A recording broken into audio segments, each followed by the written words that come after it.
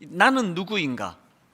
또 나는 어디서 왔고 어디를 향해 가고 있는가?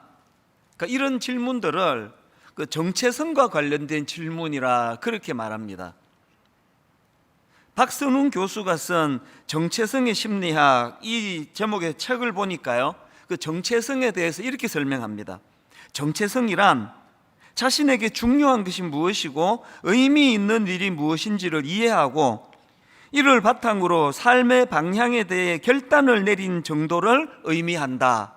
그렇게 그 정체성에 대해서 정의를 하고는 이 정체성이 잘 정립된 사람들이 어떤 사람들인가, 그들의 특징에 대해서 설명을 하는데요, 굉장히 흥미로웠습니다. 그 저자가 말하는 정체성이 잘 형성된 사람 첫 번째 특징이 뭐냐 하니까, 이런 사람들은 이 영혼의 엑스레이 사진을 가지고 있는 특징이 있다. 굉장히 그 의미 있는 이야기 아닙니까? 엑스레이 사진이라는 표현이 말해주듯이 이 정체성 정립이 잘 된 사람은 겉으로 보여지는 껍데기가 아니라 그 내면의 중요함, 그러니까 자기 삶의 가치와 의미 부여가 잘 되어 있는 특징이 있다. 이걸 영혼의 엑스레이 사진으로 그렇게 표현을 했고요. 그런가 하면은 또 하나, 이 정체성 정립이 잘 되어 있는 사람들은 자기 삶의 목적지가 찍힌 내비게이션을 갖춘 사람이다. 이 표현도 되게 흥미롭지 않습니까? 이 초행길 인생인데 이 정체성 정립이 잘 된 사람은 자기가 나아가야 할 방향을 정확하게 알고 있다는 거예요. 그래서 이게 내비게이션이 장착이 되어 있는 그런 인생이다. 이런 설명을 하면서 그 책에서 그 수상록을 쓴 몽테뉴의 말을 인용하는데요, 저는 이 한마디가 굉장히 저에게 울림이 됐습니다. 화면으로도 이걸 좀 올려달라 그랬는데요, 몽테뉴가 한 말입니다. 목적지가 없는 사공에게는 어떤 바람도 순풍이 아니다. 아니, 무슨 뜻입니까? 아니, 그 사람이 가고자 하는 방향이 정해져야 자기가 맞닥뜨리는 게 이게 만남의 축복인지 이게 인생의 방해가 되는지 아는 거 아닙니까?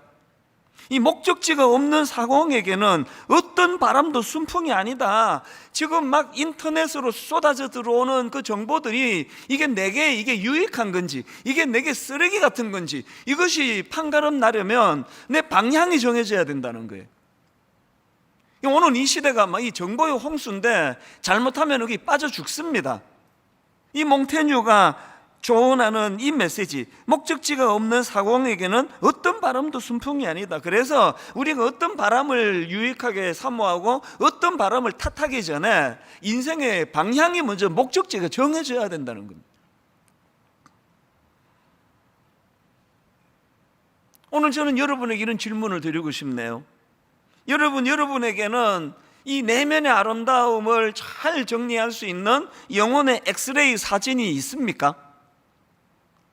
여러분에게는 이 초행길 이생길에 혼미하지 않는 인생의 내비게이션이 장착되어 있습니까? 이 인생이 그냥 열심히 하긴 하는데 막 우왕좌왕 여기 갔다 저기 갔다 그러면 그건 정말 그 시편에 나오는 바람에 나는 겨와 같은 어리석은 모습 아니겠습니까? 유언정 원장님이라고요, 혼자 잘해주고 상처받지 마라, 또 상처받지 않고 끝까지 사랑하기, 이런 책을 쓴 정신과 의사가 있는데요, 이분은 독실한 크리스찬 의사세요. 이분이 쓴 책을 보고 또 강의를 듣다 보니까 이분도 건강한 정체성을 갖는 것의 중요함을 되게 강조하는데요, 참 이분이 귀해요.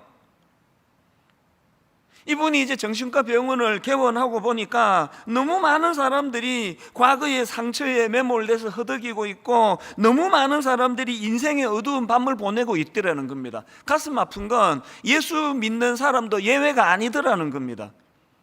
왜 이런 혼미한 인생을 거칠 수밖에 없는가 이분이 정리하기를, 왜 그러냐, 그 예수 믿는 사람으로서의 이 정체성이 정립되지 않아서 그렇다. 그러면서 이분이 어떤 결심을 하는가니까요, 이런 힘든 분들을 제대로 돕기 위해서 의사인 본인이 내가 먼저 건강한 정체성을 확립해야 되겠다. 그래서 그 병원을 정리하고는 미국으로 신학 공부하러 유학을 떠납니다. 야, 이 참 의사로서 이 정도 소명의식이 있다면 이거 너무 귀한 분 아닙니까? 그런 결단을 내리고 미국으로 유학을 떠나는데요,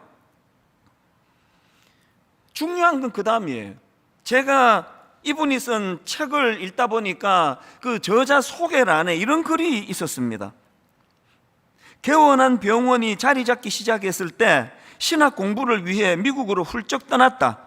하지만 광야 같은 그곳에서 지식은 해답이 되지 못했고, 그래서 갈급함만 더해갈 무렵, 그 다음 들어보세요. 광야 같은 그곳에서 지식은 해답이 되지 못했고, 그래서 갈급함만 더해갈 무렵 하나님의 말씀을 통해 자신의 정체성과 사명을 깨닫게 되었다. 유학 갈 필요가 없었네요. 이 말씀이 인생의 영적인 내비게이션도 마련해주고, 이 말씀이 내 내면의 건강함을 보여주는 영적인 엑스레이 사진도 제공해 준다는 거예요. 저는 오늘부터 구약의 인물 아브라함에 대해서 살펴보려고 하는데요, 그동안 살펴보던 마가복음을 잠깐 내려놓고 이 아브라함에 대해서 같이 함께 살펴봐야 되겠다, 이런 결심을 한 이유가 있습니다. 지금 우리 모두는 다 위기예요.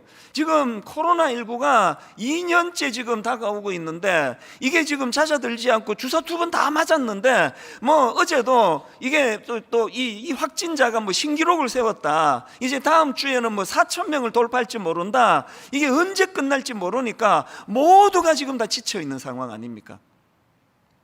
그리고 우리 교회는 일만서도 파송 운동이라고 하는 너무나 중요한 하나님 앞에서의 이 과업이 있는데, 이런 것들에 대하여 우리가 이런 정확한 하나님이 주신 정체성을 정립하지 않으면요, 길을 잃어버릴 위험이 있습니다. 그래서 여러분, 이렇게 코로나19로 말미암아 온 나라가 전 세계가 혼란함에 빠져 있는 이런 때일수록 우리 내면을 살필 수 있는 영혼의 엑스레이 사진이 필요하고요, 여러분, 이렇게 온 나라가 다 혼란에 빠질 때일수록 내가 나가야 될 목적지를 밝혀주는 영혼의 내비게이션이 장착됐는지를 점검하셔야 되는 겁니다. 그래서 여러분, 이제 오늘부터 살펴보게 될 이 아브라함에 대한 공부를 쭉 하면서, 아브라함이 중요한 게 아니에요. 야곱을 살펴봐도 되고 이삭을 살펴봐도 되고 사도 바울을 살펴봐도 됩니다. 중요한 건 인간이 아니에요. 그 혼미한 아브라함에게 갈 바를 가르쳐 주시고 그에게 영적인 내비게이션을 장착해 주시는 건강한 내면을 가져다 주시는 하나님이 중요하시죠. 하나님. 이 하나님이 어떻게 인도하시는가, 이런 중심을 가지고 아브라함에 대해 살펴보려고 하는데요, 오늘은 그 첫째 시간으로 창세기 12장 1절에 나온 이 한마디요. 여호와께서 아브라함에게 이르시되 너는 너의 고향과 친척과 아버지의 집을 떠나 내가 너에게 보여줄 땅으로 가라. 이제 앞으로 이 부분들 다 분석해 가겠지만, 오늘은 이 짧은 이 한마디, 여호와께서 아브라함에게 이르시되, 지난 여름 내내 제가 이 말씀을 묵상하면서 얼마나 큰 은혜를 받은지 모릅니다. 여러분, 이 짧은 한마디, 여호와께서 아브라함에게 이르시되, 이 짧은 한마디가 아브라함의 삶에 얼마나 깊은 영향을 미쳤는가, 이걸 좀 살펴보자는 거예요. 앞에서 그 유원정 원장님이 갈급한 마음으로 미국으로 유학을 떠났지만, 신학 공부를 통해서도, 유명한 신학과 교수님을 통해서도 얻지 못했던 내 자신의 정체성과 사명에 대하여 하나님의 말씀이 그것을 깨닫게 해주셨다. 그래서 저는요, 요 제 원고에 빨간 글씨로 여호와께서 이찬수 목사에게 이르시되, 아브라함 이름을 쏙 빼고 제 이름을 넣어서 지금 묵상을 했거든요.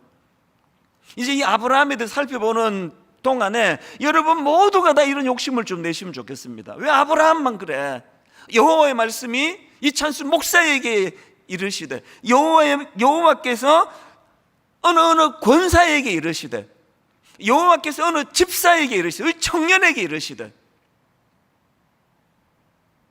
모두가 이런 마음의 소원을 가지고 미국 유학까지 갈 정도로 갈급했던 그 원장님이지만, 그런데 하나님의 말씀이 그에게 임하니까 내 이 정체성과 소명이 다 정리가 되더라. 이 부러운 일들이 여러분에게도 저에게도 그대로 일어나게 되기를 바랍니다. 이 소원이 우리에게 필요한 거예요. 그래서 오늘 첫 시간에 이 창세기 12장 1절에 나오는 여호와께서 아브라함에게 이르시되, 이 말씀에 대해 살펴보려고 하는데요, 저는 이 한마디에 담겨져 있는 파워, 이 힘, 그래서 여호와께서 아브라함에게 이르시되, 이 말씀에 담겨져 있는 두 가지 파워, 힘에 대해서 말씀을 드리고 싶은데요, 첫 번째 여호와께서 아브라함에게 이르시되가 주는 파워, 힘, 어떤 게 있습니까? 첫째, 혼란과 무질서를 잠재워주는 힘이 있다는 겁니다. 보통 아브라함 이야기 그러면 그거 창세기 12장부터 시작되지 이렇게 생각하는 분이 많으시지만, 여러분 사실은요, 아브라함 이야기에서 빼놓으면 큰일 나는 게 오늘 보면 창세기 11장입니다 11장 27절부터 이거를 빼놓고 아브라함을 먼저 들어갈 수가 없습니다. 왜 그러냐? 제 의미를 제가 가르쳐 드릴게요. 자, 창세기 11장 27절, 데라의 족보는 이러하니라. 데라는 아브라함의 아버지거든요. 그러니까 데라의 족보는 이러하니라, 이게 또 아브라함의 족보. 저는 이 데라의 족보, 아브라함의 족보를 읽으면서 마음이 너무 슬퍼요. 인간의 한계를 저는 여기서 발견을 합니다. 자, 그 뭔 소리냐? 자, 먼저 창세기 11장 27절 28절입니다 데라의 족보는 이러하니라. 데라는 아브라함과 나홀과 하란을 낳고 하란은 롯을 낳았으며, 하란은 그 아비 데라보다 먼저 고향 갈대아인의 우르에서 죽었더라. 인간 족보의 역사에 첫 번째 나오는 게 너무 가슴이 아파요. 아버지보다 먼저 죽은 자식. 여러분, 아비로서 이것보다 더 슬픈 일이 있겠습니까? 이것보다 더 절망이 있겠습니까? 데라의 족보의 첫 번째 기록이 아버지보다 먼저 죽은 자녀가 거기에 등장을 하네요. 두 번째로 등장하는 게 30절입니다 사레는 임신하지 못함으로 자식이 없었더라. 여러분, 지금 이 본문 이 구절 바로 앞에 나오는 바벨탑 사건 기록 바로 그 다음 나오는 이 셈의 족보에 보면은 계속해서 낳았고 낳았으며 낳았고 낳았더라, 이게 계속 나오는 그 기록 다음에 아브라함의 아내 사라는 요즘으로 말하면 난임, 아기를 가질 수가 없습니다. 결핍. 이게 인간의 역사 아닙니까? 가장 비참한 거는 32절에 나옵니다. 자, 31절부터 보십시오. 데라가 그 아들 아브라함과 하란의 아들인 그의 손자 롯과 그의 며느리 아브라함의 아내 사레를 데리고 갈대아인의 우르를 떠나 가나안 땅으로 가고자 하더니, 하나님이 주신 목적지는 가나안이에요. 그런데 가나안 땅으로 가고자 하더니 하란에 이르러 거기 거류하였으며, 데라는 나이가 205세가 되어 하란에서 죽었더라. 지금 목적지는 가나안인데 그 도중에 엉뚱한 대로 새버린 거예요. 그렇게 허송세월하다가 그렇게 인생을 끝내버린 그 역사가, 이게 데라의 족보입니다. 데라의 족보. 이게 우리의 모습 아닙니까?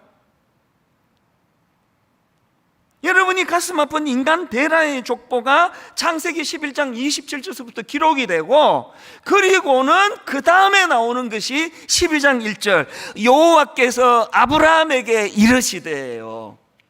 이 모든 혼란을 잠재워주는 차원의 하나님의 말씀.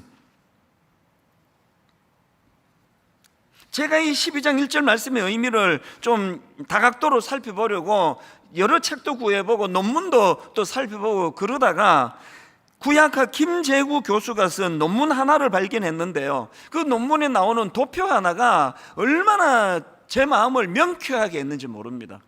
그 교수님이 쓴 그 도표를 보니까요, 이 한쪽은 지난주에 살펴보았던 바벨탑 사건 이후에 언어의 혼란과 흩어짐, 그 비참한 상황을 먼저 비교하고, 그 다음에 창세기 1장 1절에 나오는 하나님의 천지 창조를 가지고 비교를 했는데요, 자, 먼저 하나님의 창조, 창세기 1장 1절과 2절을 보십시오. 태초에 하나님이 천지를 창조하시니라. 땅이 혼돈하고 공허하며 흑암이 깊음 위에 있고. 지금 성경은요, 하나님의 창조 사역 이전의 상태를 혼돈과 공허와 흑암이 깊은 상태라고 이야기합니다. 방금 우리가 봤던 창세기 12장 1절에서의 여호와께서 아브라함에게 이르시되, 이 하나님의 말씀이 선포되기 이전에 데라의 족보, 아브라함의 족보가 바로 이게 바로 혼돈과 공허와 흑암의 상태 아닙니까? 하나님 없이 우리 지혜로 바벨탑을 쌓을 수 있다, 그런 악한 시도를 행하다가 언어가 혼란을 겪고 흩어짐을 당하는 그 상태가 바로 혼돈과 공허와 흑암의 상태 아니냐고요.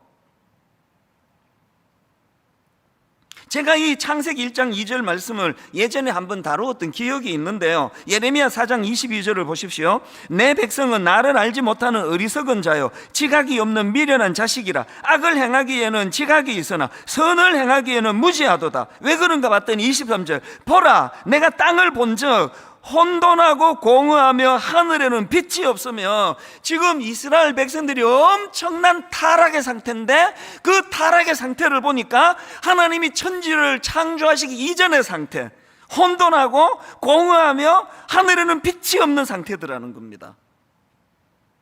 왜 이스라엘 백성들이 타락할 수밖에 없었다고요? 겉으로 보기에는 껍데기는 선민이라는 그런 긍지를 갖고 있었지만, 사실은 그들의 실제 상황은 하나님의 창조 이전 혼돈과 공허와 흑암의 상태에 놓여 있었기 때문이다. 이거 우리도 마찬가지 아닙니까? 이력서에다가 기독교 종교를 안에 그렇게만 쓰면 우리가 혼란이 없고 혼돈이 없는 그런 하나님의 자녀가 되는 겁니까?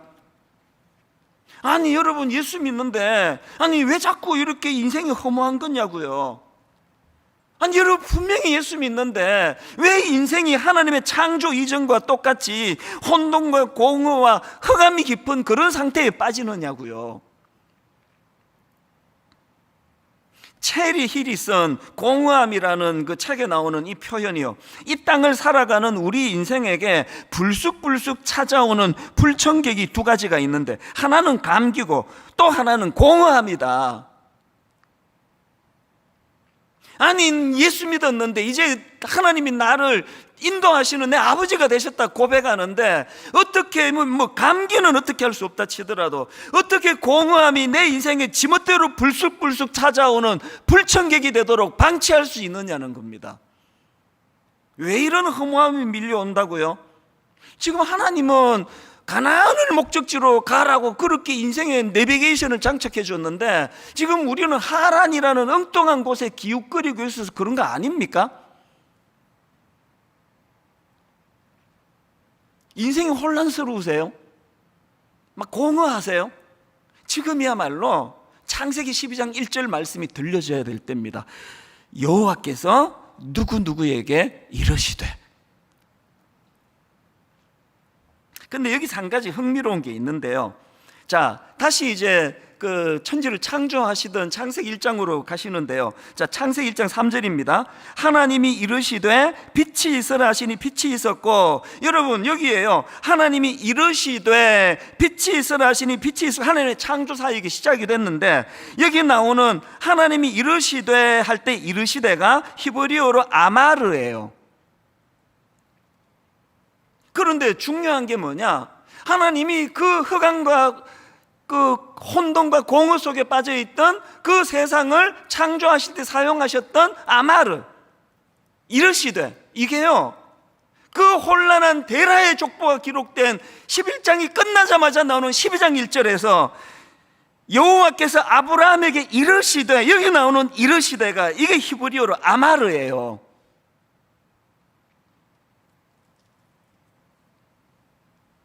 바벨탑 사건 이후로 인간들이 겪었던 언어의 혼돈과 흩어짐이라는 혼란스러운 상황을 잠재울 수 있는 능력도 하나님의 말씀이고,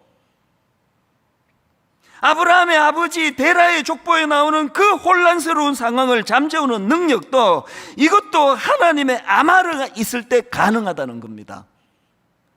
다시 묻습니다. 혼란스러우세요? 사는 게? 막 어디가 길인지 모르시겠습니까? 뭐 감기하고 더불어 막 수시로 찾아오는 게 내 마음의 어떤 공허함입니까? 여러분 지금이야말로 그 혼란과 무질서를 잠재우는 하나님의 아마르가 필요한 거예요. 아마르가.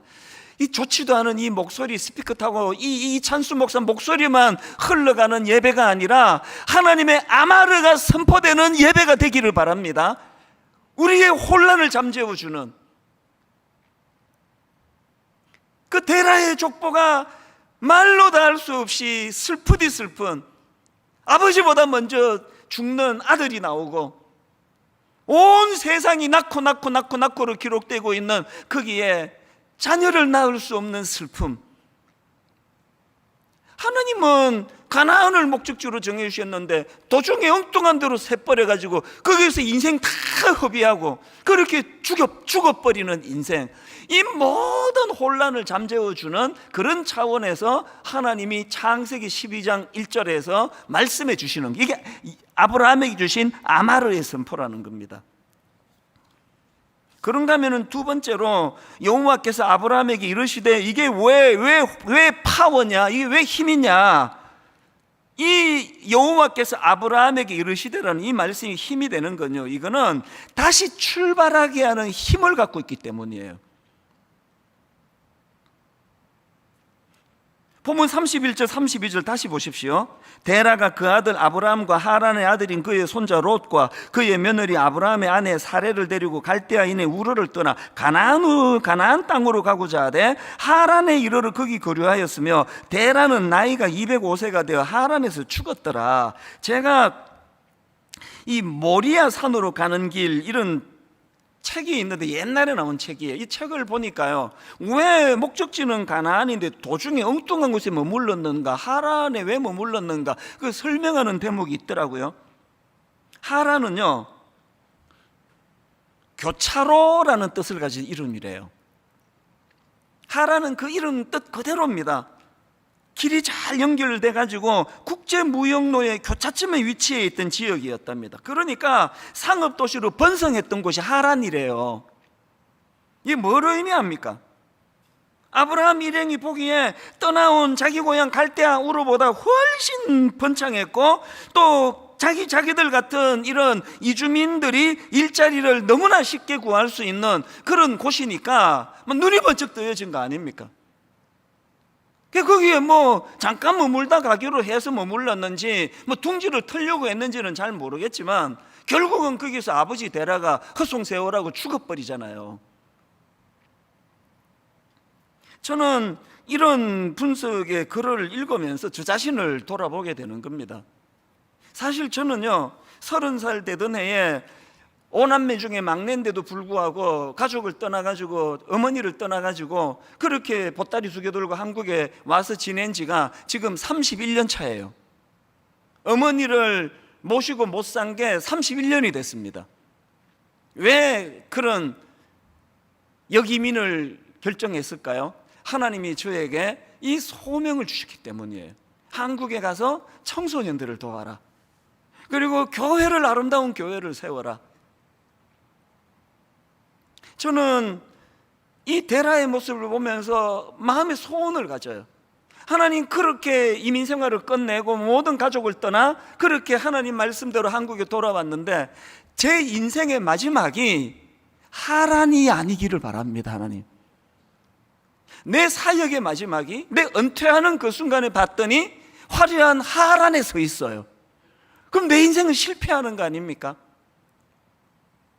하나님, 내 인생의 마지막이, 하나님, 내 목회의 마지막이 가나안의 위치에 있기를 바랍니다. 근데 여러분, 여기서 중요한 게 하나 있는데요, 지금 창세기 12장 1절을 살펴보고 있는데 여기에서의 부르심은요, 두 번째 부르심이라는 거예요. 이게 굉장히 중요한 포인트인데요. 자, 사도행전 7장 2절부터 한번 4절까지 보십시오. 스데반이 이르되 여러분 부형들이여 들으소서. 우리 조상 아브라함이 하란에 있기 전 메소포타미아, 이 갈대아 우르거든요, 메소포타미아에 있을 때에 영광의 하나님이 그에게 보여 이르시되 내 고향과 친척을 떠나 내가 너에게 보일 땅으로 가라 하시니 아브라함이 갈대아 사람의 땅을 떠나 하란에 거하다가 그의 아버지가 죽음에 하나님이 그를 거기서 너희 지금 사는 이 땅으로 옮기셨느니라. 그러니까 아브라함이 고향인 갈대아 우르에 있을 때 하나님이 1차로 그를 부르셨어요. 그 부르심에 순종해서 목적지를 향해 나가다가 도중에 하란이라는 화려한 도시에서 그냥 거기에 머물러 있게 됐습니다. 그랬더니 12장 1절에서 하나님이 2차로 그를 부르시는 거예요. 너 뭐하니 지금 거기서? 그래서 다시 목적지를 향해 가나안을 향해 나가게 되는 게 그게 12장 1절입니다. 이 말씀이 저에게 왜 중요한 의미를 가져다 주는지 아십니까? 여러분, 제가 앞에서 말씀드렸잖아요. 제가 이민 생활을 끝내고 저 혼자서 가족을 떠나 한국으로 돌아올 때 저의 목적지는, 하나님이 지정하신 목적지는 가나안이에요. 그랬는데 여러분, 분당 우리 교회를 개척하고 처음에는요, 이렇게 큰 교회는 꿈꾸지도 않았고 원하는 바도 아니었습니다. 그래서 옥하는 목사님이 100%를 물질적으로 경제적으로 지원해 주는 분리개척 1호로 정해 주셨음에도 불구하고, 백지 수표를 주셨음에도 불구하고 70평짜리 엘리베이터도 없는 상가 4층에다가 얻은 거 아닙니까? 그래서 옥 목사님께 그 견적서를 드리니까, 아니 왜 이것밖에 청구를 안 했어? 그러셨어요. 엘리베이터도 없는 상가 4층에 그 70평짜리에 그 70평이면 뭐 어느 만한지 여러분 짐작도 못 하실 거예요. 거기에 무슨 뭐 화장실 내고 복도 내고 주일학교 내면 그 뭐 어른들 모이는 공간이고 몇 명 모이겠냐고요. 그렇게 시작을 했는데 인근 교회에서 맡고 뭐 또 이렇게 흘러 여기까지 왔다가 정신 차리고 보니까 분당 우리 교회 대형 교회가 돼 있네요. 제가 뭐가 두려운지 아십니까? 내가 은퇴할 때 목적지가 가나안이어야 되는데 내가 발을 딛고 있는 게 지금 분당 우리 교회가 저에게 너무나 화려한 하란이 돼버린 거 아닙니까? 너무 좋은 분들이 막 구름대처럼 몰려드시죠? 우리 교역자들 하나같이 너무너무 인격적이고 좋은 교역자들이죠? 막 여기서 뭐 마음만 먹으면 못하는 일이 없습니다. 뭐든지 마음 먹은 대로 다 할 수 있는 이곳이 혹시라도 저에게 이 화려한 하란이 아닌가? 그래서 제가 젊은 시절에 꿈꾸었던 가나안을 향한 꿈을 지금 잊어버리고 여기서 지금 여기가 좋사오니 나 대형교회 목사인데 이러고 있으면 내 인생은 대라가 되는 거예요. 대라가. 그래서 두려운 겁니다. 여러분, 우리 젊은 시절 기억하시지 않습니까? 대학교 다닐 때 그 캠퍼스를 바라보면서 꿈을 꾸고 그 캠퍼스의 복음화를 위하여 눈물을 흘리며 기도하고, 참 가난한 별 볼 일 없던 그 대학교 1학년 2학년 시절에 그 술을 못 마시니까 콜라 페트병 이런 거 몇 개 사놓고 밤을 새면서 그 콜라 마시고 과자 씹어 먹으면서 정말 꿈을 꾸었던 시절이 있잖아요. 그때 제가 소속된 SFC라는 그 학생신앙운동 그 단체에서 SFC 강령 이 다 외우게 했는데요, 요즘도 가끔씩 대내입니다. SFC 강령, 우리는 개혁주의 신앙과 생활을 확립하여 세상의 빛과 소금이 됨을 우리의 목적으로 한다. 우리의 사명은 다한 것 같다. 개혁주의 신앙의 대한교회 건설과 국가와 학원의 복음화, 개혁주의 신앙의 세계교회 건설과 세계의 복음화, 그리고 하나님 중심, 성경 중심, 교회 중심을 대내었던 그 젊은 시절이 있는데, 대형교회 목사가 돼가지고 이 화려한 분당 우리 교회가 저에게 화려한 하란이 되어서 여기에 내가 지금 머물고 있는 건 아닌가, 그 두려움이 있어서 이 강령을 자꾸 외우는 거거든요. 여러분은 어떠십니까? 여러분 그런 꿈꾸던 시절이 있으셨잖아요. 여러분 그런 때가 있지 않으셨냐고요. 그 어린애가 고등부 수련회 가서 눈물을 흘리면서 세상에 그 어린 중학교애가 타락한 우리 대한민국을 위해 기도하자 그랬을 때 땅을 치면서 이 땅을 회복시켜 달라고 기도하던 그런 시절이 있으셨잖아요. 저도 기억이 생생합니다. 어쩌다가 목적지를 잃어버리고 화려한 하란에 머물게 되셨느냐고요. 여러분, 지금이야말로 저와 여러분이 두 번째 부르심이 필요합니다. 하나님의 두 번째 부르심. 최근에 우리 교회에서 청소년 사역만 하던 목사님이 전라도 광주에 있는 조그만한 교회로 부임을 해갔습니다. 제 기억으로 한 70명, 80명 모이는 아담한 교회인데요, 의외였습니다. 이 목사님이 저한테 오더니 전라도 광주에 이런 교회에서 청빙이 왔는데 거기로 가려고 합니다. 그렇게 저한테 상담을 하러 왔어요. 제가 진지하게 말했습니다. 왜 이렇게 서두르냐고.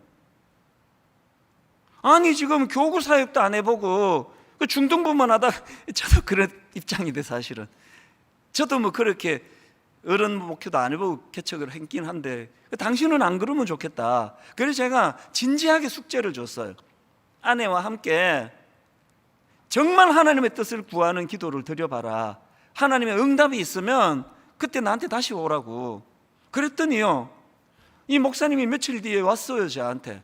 그러면서 고백하기를, 사실은 목사님, 그 광주에 있는 그 교회가 청빙을 해서 제가 가는 게 아니고요, 바로 그 이전서부터 마음에 갈급함이 생겼어요. 그래서 아내와 함께 기도하고 있었대. 무슨 기도했느냐? 분당 우리 교회 자기가 10년 차인데요, 이게 지금 너무 편하고 너무 화려하고 너무 안주하기 쉬운 교회에 있는 거 아닌가, 그 마음에 부담이 있어가지고 아내와 함께 기도하고 있던 중인데, 그 기도를 시작하고 얼마 있지 않아서 그 교회에서 청빙이 와서 이건 하나님 뜻이다, 우리가 그렇게 받게 됐습니다.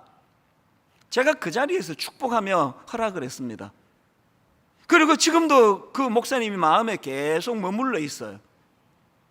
어른 목회도 안 해본 이 목사님이 낯선 전라도 광주에서 참 그 한 60, 70명이나 그러면 막 서로가 너무 잘 아는 이런 사이일 텐데, 하나님 이 목사님이 그 광주의 그 교회가 하나님이 허락하신 목적지 가나안인 줄 믿습니다. 이 꿈을 가지고 있다면 위치가 필요합니까? 꼭 서울이라 해야 됩니까? 수도권에서만 목회하는 겁니까? 하나님이 부르시는 그 자리가 바로 하나님이 원하시는 목적지 가나안인 줄 믿습니다.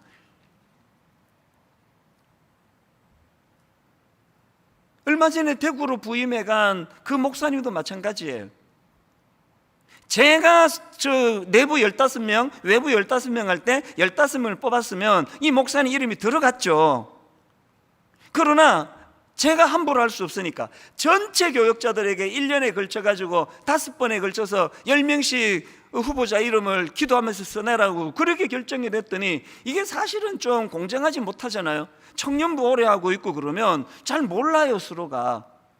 당연히 교구 사역 오래 한 사람 위주로 그렇게 발탁이 될 수 있으니까, 이분이 나이로 보나 경력으로 보나 영성으로 보나 당연히 15명 안에 들어가야 되는데, 내가 너무 마음이 아팠습니다.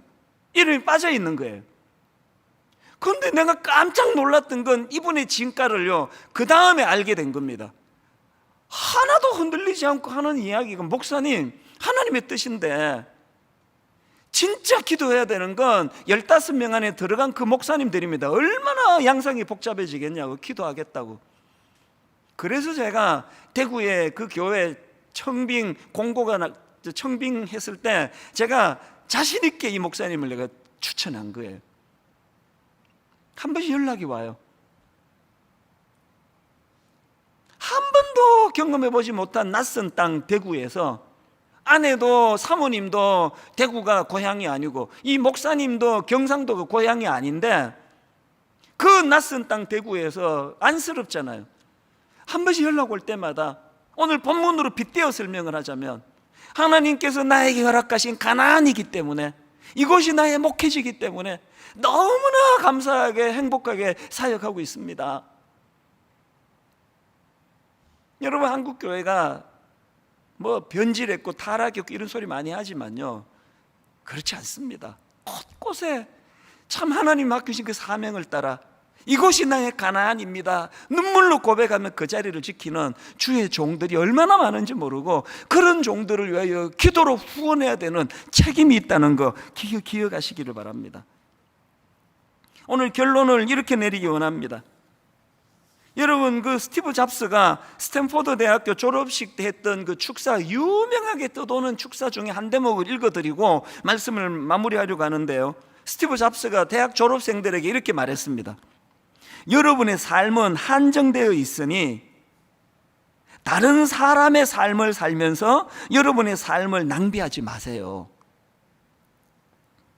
여러분의 삶은 한정되어 있으니 다른 사람의 삶을 살면서 여러분의 삶을 낭비하지 마세요. 스티브 잡스를요, 이 연설을요, 오늘 본문에 빗대 갖고 제가 해석을 해보니까 딱 이겁니다. 엉뚱한 하란에서 세월 낭비하지 말고, 겉으로 화려해 보인다고 거기에 취해 있지 말고, 여러분의 삶이 한정되어 있으니까 엉뚱한 데서 여러분의 삶을 낭비하지 말고 하나님이 원하시는 목적지 가나안을 향하여 발걸음을 옮기십시오. 그 얘기거든요.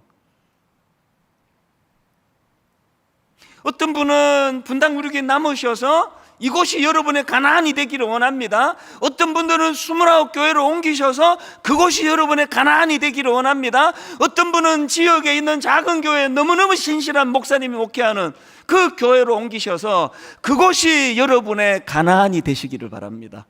어디든 상관이 없는데 하란은 더 이상 곤란합니다. 내가 좋아서 있는 그곳, 화려해서 매력이 있어서 그렇게 데라처럼 비참하게 인생을 끝내는 그런 삶이 아니라 하나님이 우리 허락하신, 그래서 저는 지금도 꿈꾸며 기도합니다. 아버지, 저의 목회의 마지막이 화려한 하란에 머무는 것으로 끝나는 것이 아니라 가나안의 내 인생의 마무리가 되기를 원합니다. 오늘 말씀을 기억하시면서 참 오랜만에 불러보는 찬양이에요. 이 땅 위에 하나님의 교회, 부르심을 따라 일어나 거칠은 광야 외치는 소리로 거듭거듭 피어나라. 정말 하나님, 우리 남은 생에 하나님의 두 번째 부르심이 들려지기를 원합니다. 하나님의 두 번째 부르심으로 아버지, 그저 안주하고 의미 없이 살아가는 하루하루가 아니라 정말 하나님 주신 그 꿈을 가지고 벅찬 가슴으로 목적지 가나안을 향해 발걸음을 옮기기 원합니다. 지난 주일에 우리는 그 하나님께서 아브라함에게 주신 두 가지 명령에 대해서 살펴봤습니다. 하나님의 첫 번째 명령은 가라. 그 당시에 아브라함은 이 하란이라는 곳에 머물러 있었는데 하나님께서는 내가 보여줄 땅으로 가라는 이 명령을 주시면서 네가 그 엉뚱한 곳에서 지금 세월 낭비하고 있다. 엉뚱한 곳에서 세월 낭비하지 말고 내가 보여주는 그 땅으로 가라. 이게 첫 번째 명령이었고요. 그런가 하면 하나님의 두 번째 명령이 너는 복이 될지라. 창세기 12장 2절에서 아브라함에게 너는 복이 될지라 그렇게 명하시면서 그 다음 3절 후반절에 보니까 땅의 모든 족속이 너로 말미암아 복을 얻을 것이라 하신지라. 이 엄청난 말씀 아닙니까? 땅의 모든 족속이 너를 통하여 복을 얻게 될 것이다. 너는 축복의 통로, 축복의 중재자, 또 어떤 분들은 축복의 그 유통자가 될 것이다, 그런 말들을 하거든요. 하나님께서 이런 엄청난 말씀을 주시는데요, 이제 아브라함이 그 하나님의 말씀에 힘입어서 다시 이제 힘을 얻어가지고 목적지 가나안을 향해 발걸음을 옮기는데 지난 주일에 여기까지 살펴봤습니다. 그리고는 이제 월요일부터 토요일까지 특별 새벽 부흥회, 그래서 이제 그 이후에 본문의 말씀을 가지고 살펴봤는데요, 지난 특별 새벽 부흥회는 전체를 요약하면은 아브라함이 겪었던 두 가지 테스트, 시험, 두 가지 연단, 이것에 대해서 살펴봤다 그러면 뭐 정확합니다. 하나님은요, 그 사람이 자리를 만든다는 말을 하지 않습니까? 그 사람이 엄청난 꿈을 가지면 하나님은 그 사람이 가진 꿈에 걸맞도록 그 사람을 키워주세요. 굉장히 중요한 이야기입니다. 여러분도 성장하고 싶지 않으세요? 하나님 주시는 꿈을 사모하세요. 그 내면에 꿈과 비전이 있으면 그 꿈과 비전의 무게만큼 그 사람을 키워주셔야 그 꿈이 이루어질 거 아닙니까? 그렇기 때문에 하나님은 꿈의 사람을 내버려 두지 않으세요. 하나님은 그를 연단하시고 그에게 테스트, 시험을 주시고 이런 과정을 거치는데, 지난주에 우리가 두 가지 아브라함의 그 연단을 보지 않았습니까? 첫 번째 연단은 그렇게 목적지 가나안에 도달했더니 그런 그 적과 꿀이 흐른다는 가나안이 기근, 흉년이 와가지고 먹을 게 없네요. 그래서 이제 이것을 아브라함이 잘 이제 견뎌내지 못하고 그냥 연약함에 빠지고 뭐 애굽으로 내려가고 이제 이런 내용들이 있었고요. 그런가 하면은 아브라함이 겪었던 두 번째 그 테스트 시험이 뭐였냐? 이 대인관계의 시험이었습니다. 아브라함의 목자들과 그 조카 롯의 목자들 간에 다툼이 일어나고, 그래서 이제 함께하기 어려운 그런 상황에 빠져서 이제 그 둘이 이제 헤어지기로 그렇게 하는 과정인데, 저는 꿈의 사람인 아브라함이 그 내면에 하나님의 벅찬 약속을 갖고 있는 사람답게 너무나 성숙하게 이제 양보하는 그런 모습을 우리가 살펴봤습니다. 그래서 네가 좌하면 나는 우하겠고 네가 우하면 나는 좌하리라, 이런 놀라운 양보는 예수 안 믿는 사람도 다 알아요. 뭐 양보의 그 대명사가 이거 아닙니까? 거의 뭐 구호같이 그렇게 너무나 성숙하게 조카 롯과의 결별을 그렇게 평화롭게 잘 마무리했다. 여기까지가 지난 토요일까지 어제까지 살펴본 특별 새벽 부흥의 말씀이었습니다. 이제 오늘 본문 말씀은 그렇게 이제 조카 롯이 아브라함으로부터 독립해서 나갔는데 그 다음에 발생한 첫 사건이 오늘 이 본문입니다. 불행한 일이 발생했는데요, 롯이 전쟁 포로로 끌려가게 됩니다. 그 내용이 오늘 본문 창세기 14장 11절 12절인데요 내 왕이 소돔과 고모라의 모든 재물과 양식을 빼앗아가고 소돔에 거주하는 아브라함의 조카 롯도 사로잡고 그 재물까지 노력하여 갔더라.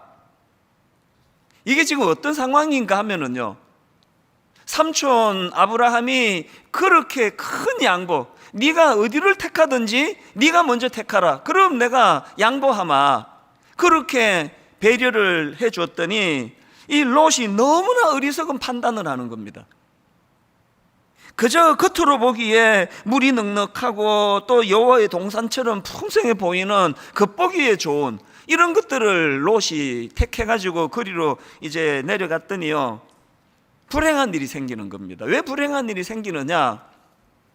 겉보기에 그렇게 화려하고 넉넉하고 아름다운 땅이었지만 거기에 불행의 씨앗이 있습니다. 13장 13절 소돔 사람은 여호와 앞에 악하며 큰 죄인이었더라. 여러분이 한마디 안에 담겨져 있는 이 암시가 이후에 롯이 겪게 될 엄청난 불행을 다 담고 있는 그런 암시하는 말씀 아닙니까?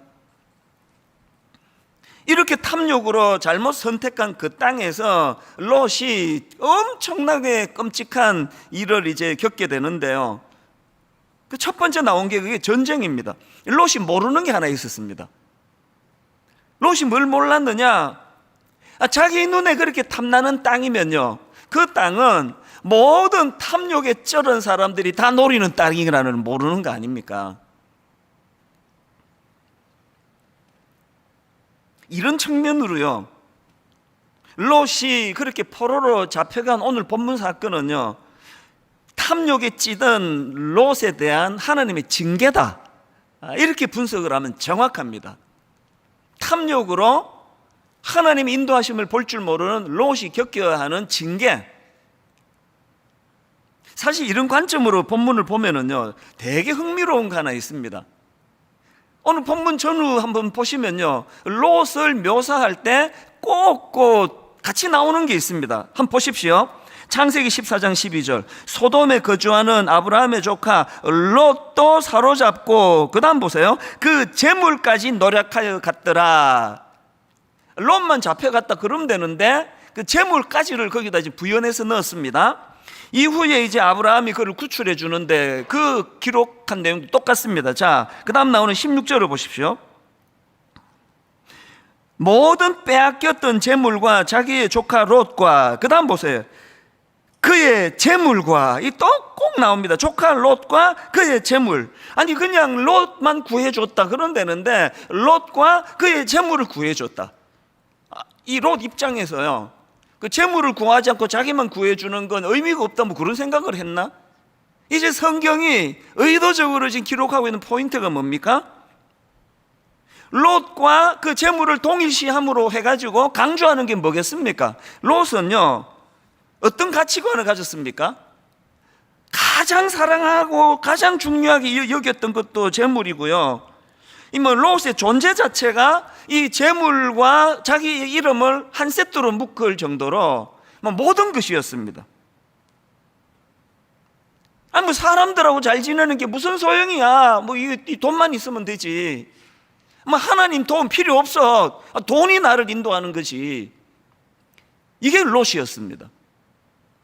그러다 보니까요, 이제 롯이 이제 잡혀갔다는 소식을 듣고 아브라함이 그를 구해주려 나가니까 아브라함과 동맹을 맺은 사람들이 그들이 도와주러 옵니다. 그런데 여러분, 롯은요 정작 자기가 본인인데 도와주는 사람이 아무도 없습니다. 이 비참한 인생 아닙니까?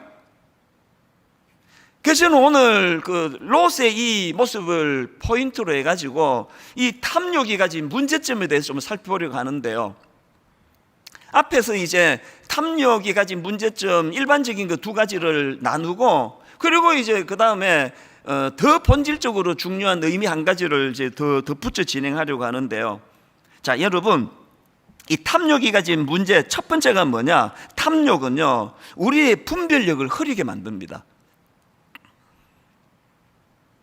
지금 롯이 선택한 그 땅은 탐욕에 찌든 자들이 모두 호시탐탐 노리던 그야말로 이 탐욕의 땅 아닙니까? 그래서요, 이 본문을 읽어보면은 그냥 이게 꼭 무슨 그 막장 드라마 보는 것 같아요. 자, 본문 14장 2절을 보세요. 소돔 왕 베라와 고모라 왕 비르사와 아르마 왕 시납과 스보임 왕 세메벨과 벨라 곧 소알 왕과 어떻게 해요? 싸우니라. 이게 말씀의 시작이 싸우는 걸로 시작합니다. 그리고 4절, 이들이 12년 동안 그돌라오멜을 섬기다가 제13년에 이번에 또 배반이 나오네요. 배반한지라. 또 5절 6절을 보십시오. 제14년에 그돌라오멜과 그와 함께한 왕들이 나와서 아스드롯 가르나임에서 르바 족속을, 함에게 수르 족속을, 사회 기랴다임에서 엠 족속을 치고, 그 다음부터는 안 읽을래요. 막 이름이 하도 복잡해가지고 막 요지는 막 계속 치고 또 치고 치니라, 이런 걸로 그냥 도배가 된 게 오늘 본문 말씀입니다. 뭘 의미합니까? 롯이 이 탐욕의 전쟁터로 제 발로 걸어간 거예요. 왜 그랬습니까? 판단 잘못해서. 왜 판단을 잘못했습니까? 탐욕은 그 사람의 판단력을 흐리게 만들기 때문이에요. 왜 사기당합니까? 참 사기치는 사람이 이거 나쁜 게요, 너무나 절박한 사람, 너무너무 지금 어떤 문제로 당황해서 분별력이 없는 사람, 그런 사람한테 급하게 이제 해결해 주겠다고 다가가는 게 그 다 사기치는 사람들이고, 또 하나 탐욕적인 사람들에게 주로 찾아가요. 그래서 여러분, 그 사기당하는 패턴을 제가 객관적으로 보면은요 거의 똑같아요. 그래서 지나치게 이자를 많이 준다고 그런데 귀 기울이면 안 됩니다. 또 너무나 쉽게 돈을 버는 방법, 이런 사람들이 참 나쁜 게요, 꼭 이런 말을 덧붙여요. 근데 너한테만 얘기한다? 생각해 보세요. 우리가 뭐라고 해? 우리한테만 그 얘기를 하겠냐고요. 절대 딴 데 얘기하지 마. 이게 이 탐욕이라는 데 약한 우리의 본성을 가지고 그렇게 장난질 치는 게 이게 사기 치는 것들 아닙니까? 목회도 마찬가지예요. 아니 제가 분당 우리 교회를 여기 개척하고 나니까요, 웬 땅 사라는 분들이 그렇게 많이 찾아오는지 몰라요. 거의 뭐 한 10건이 넘었던 것 같은데요. 뭐 거의 저를 위해 주는 분들이에요. 보니까 학교 빌렸었는데 언제까지 그렇게 쓰겠냐고, 미리 땅을 확보해야 된다 그러면서 뭐 여기 뭐 앞산 뒷산 어디 뭐 주차 좋은데 뭐 이번이 마지막 기회라 그러고 이거 놓치면 막 엄청 오를 거라 그러고, 그렇게 그 중에는요 진짜 저나 우리 교회를 위해서 오신 분들도 있지만요, 더 많은 경우는 터무니없는 얘기예요. 그리고 이제 20년이 지났잖아요. 요거 지금 곧 풀린다고, 지금은 이게 그린벨트인데 요게 이제 곧 풀린다고 했는데 아직도 안 풀려요. 그거 샀으면 어쩔 뻔했냐고요. 개척 초기에 성도도 많지 않은데 막 온 성도들 돈 끌어모아 가지고 그렇게 내가 막 몇십억짜리 땅을 사놨다 그러면 막 등골이 오싹해요. 하나님 막아주셨으니까 그런 끔찍한 일을 다 피할 수 있었던 거 아닙니까? 꼭 기억하십시오, 여러분. 탐욕은요, 우리 눈을 어둡게 하고 우리의 분별력을 흐리게 만든다는 사실이에요. 그런가 하면 두 번째로 탐욕이 가진 문제가 하나 더 있는데요, 탐욕은요, 우리를 위기에서 건져낼 능력이 없는 겁니다. 능력이 없습니다. 자, 오늘 본문 창세기 14장 2절, 소돔에 거주하는 아브라함의 조카 롯도 사로잡고 그 재물까지 노력하여 갔더라. 아니, 롯이 그토록 소중히 여기던 그 귀한 재물인데 막 인간관계고 뭐고 막 하나님 말씀에 지시고 뭐고 막 그냥 내 눈으로 보기에 좋은 거나 택한다, 그렇게 재물을 소중히 여겼던 롯이지만 정작 지금 자기가 그런 위험에 처하니까 자기가 갖고 있는 그 수많은 재물들이 아무 소용이 없잖아요. 누가복음 12장에서 예수님이 경고하시는 말씀이 딱 이거예요. 자, 누가복음 12장 15절, 그들에게 이르시되 삼가 모든 탐심을 물리치라. 삼가 모든 탐심을 물리치라. 사람의 생명이 그 소유에 넉넉한 데 있지 아니하니라. 그리고는 이제 어리석은 부자 비유, 유명한 비유 아닙니까? 그 비유를 드시는데요, 자 16절입니다. 또 비유로 그들에게 말하여 이르시되 한 부자가 그 밭에 소출이 풍성하매. 그리고는 이제 그 부자의 특징을 쭉 열거하시는데요, 제가 어느 한 부분을 강조하느라고 거기에 굵은 글씨로 표현했는데요, 반복되는 이 굵은 글씨를 한번 보십시오. 17절부터 19절입니다. 심중에 생각하여 이르되 내가, 왜 이 굵은 표시를 안 했네? 심중에 생각하여 이르되 내가 곡식 쌓아둘 곳이 없으니 어찌할까 하고, 그 다음부터 보십시오. 또 이르되 내가 이렇게 하리라. 내 곡간은 헐고 더 크게 짓고 내 모든 곡식과 물건을 거기 쌓아두리라. 또 내가, 그 다음에 내 영혼에게 이르되 영혼아, 여러 해 쓸 물건을 많이 쌓아두었으니 평안히 쉬고 먹고 마시고 즐거워하지 하리라. 이 말씀의 요지가 뭐예요? 내가 지금 날 위해 가지고 쌓아둔 게 많다는 거 아닙니까? 그래서 이제 난 이제 걱정 없다는 거 아닙니까? 이 사람의 어리석음이 뭐예요? 모든 초점이 자기예요. 자기. 내가 생각하고 내가 판단하고 내가 모으고. 그런데 하나님의 경고를 보세요. 바로 그 다음 나오는 20절에 하나님의 경고.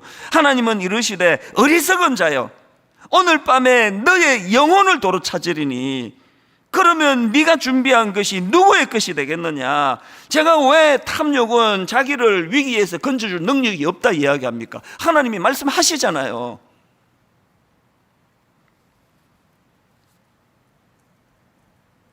그렇게 자기 집착이 심하며 그 집착하며 사는 이게 자기를 위하는 것 같지만요, 이게 우리를 치명적으로 독한, 악한, 또 해로운 거라는 겁니다.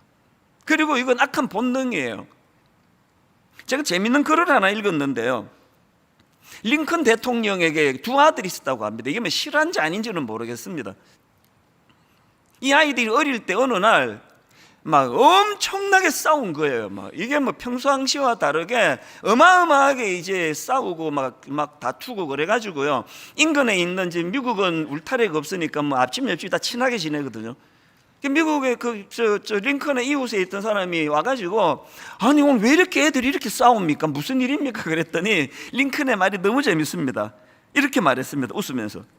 걱정하실 거 없습니다. 인류의 보편적인 문제가 일어났을 뿐입니다. 아니 애들끼리 싸워가지고 왔는데 이게 뚱딴지 같은 말이 무슨 뜻입니까? 그랬더니 링컨의 말이 진짜 재밌습니다. 이렇게 말했습니다. 저 녀석들에게 제가 과자 3개를 줬더니 서로 자기가 2개를 먹겠다고 해서 일어난 싸움입니다. 링컨이 말한 그 아이들의 다툼이 인류의 보편적인 문제가 일어났을 뿐입니다. 이렇게 말한 이유를 아시겠죠? 어릴 때부터 이 문제 3개가 있으면 당연히 내가 2개 먹어야지, 무슨 소리야. 아마 형이고 동생이고 없습니다. 아니 지금 3개면 내가 2개 먹어야지, 네가 하나 먹어야 되는 거 아니냐? 여러분, 이게 왜 인류의 보편적인 문제입니까? 모든 이 땅에서의 싸움은 다 이 인류 보편적인 문제가 여기서 나오는 거 아닙니까? 그렇기 때문에요, 우리가 이 본능, 나 중심, 그래서 이 탐욕, 내가 2개 가져야지, 네가 양보해야 되는 거 아니야? 이 생각의 뿌리가 너무나 깊이 박혀 있다는 사실을 우리는 항상 인식해야 됩니다.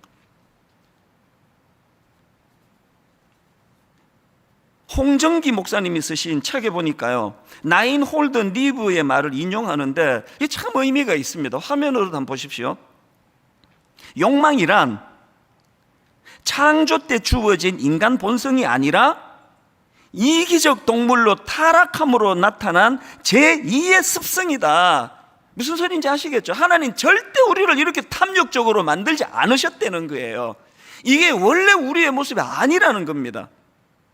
타락함으로 나타난, 그 이기적 동물로 타락함으로 나타난 제2의 습성이다. 어거스틴도 비슷한 말을 했습니다. 죄악된 욕망은 본성이 아니라 본성의 질병이다. 와, 이 정말 어거스틴은요 항상 전곡을 찔러요. 여러분이 뭐 저 욕심이 나고 뭐 나 만 2개만 먹었다 기어이 뺏어 놓고는 자기 합리화로 뭐 인간이 다 그렇지 뭐. 여러분, 인간이 다 그런 게 아니라요, 그게 본성이 아니라 그게 본성의 질병이에요. 이제 코로나에 감염된 거예요. 그게 지금 영적으로. 절대로 지금 3개 있는데 나 2개 먹어야 돼, 네가 하나 먹어야지, 이건 절대로 하나님이 원하시는 원래 창조 질서가 아닙니다. 이게 바로 이게 본성의 질병에 빠져. 질병. 여러분, 이 2가지 아시겠죠? 그렇기 때문에 우리는요 이 악한 본성과 싸워야 돼요. 방치하면 안 됩니다. 갈라디아 5장 24절, 그리스도 예수의 사람들은 육체와 함께 그 정욕과 탐심을 십자가에 못 박았느니라. 항상 이 말씀을 묵상해야 됩니다. 여러분, 이 2가지 아시겠죠? 탐욕은요 영육 간에 우리의 분별력을 흐리게 한다. 첫째. 둘째가 뭐였죠? 탐욕은 본질적인 위기에서 우리를 건져낼 능력이 없다. 재물이 그 어리석은 부자를 구해낼 수 없습니다. 이 2가지를 항상 기억하시고요.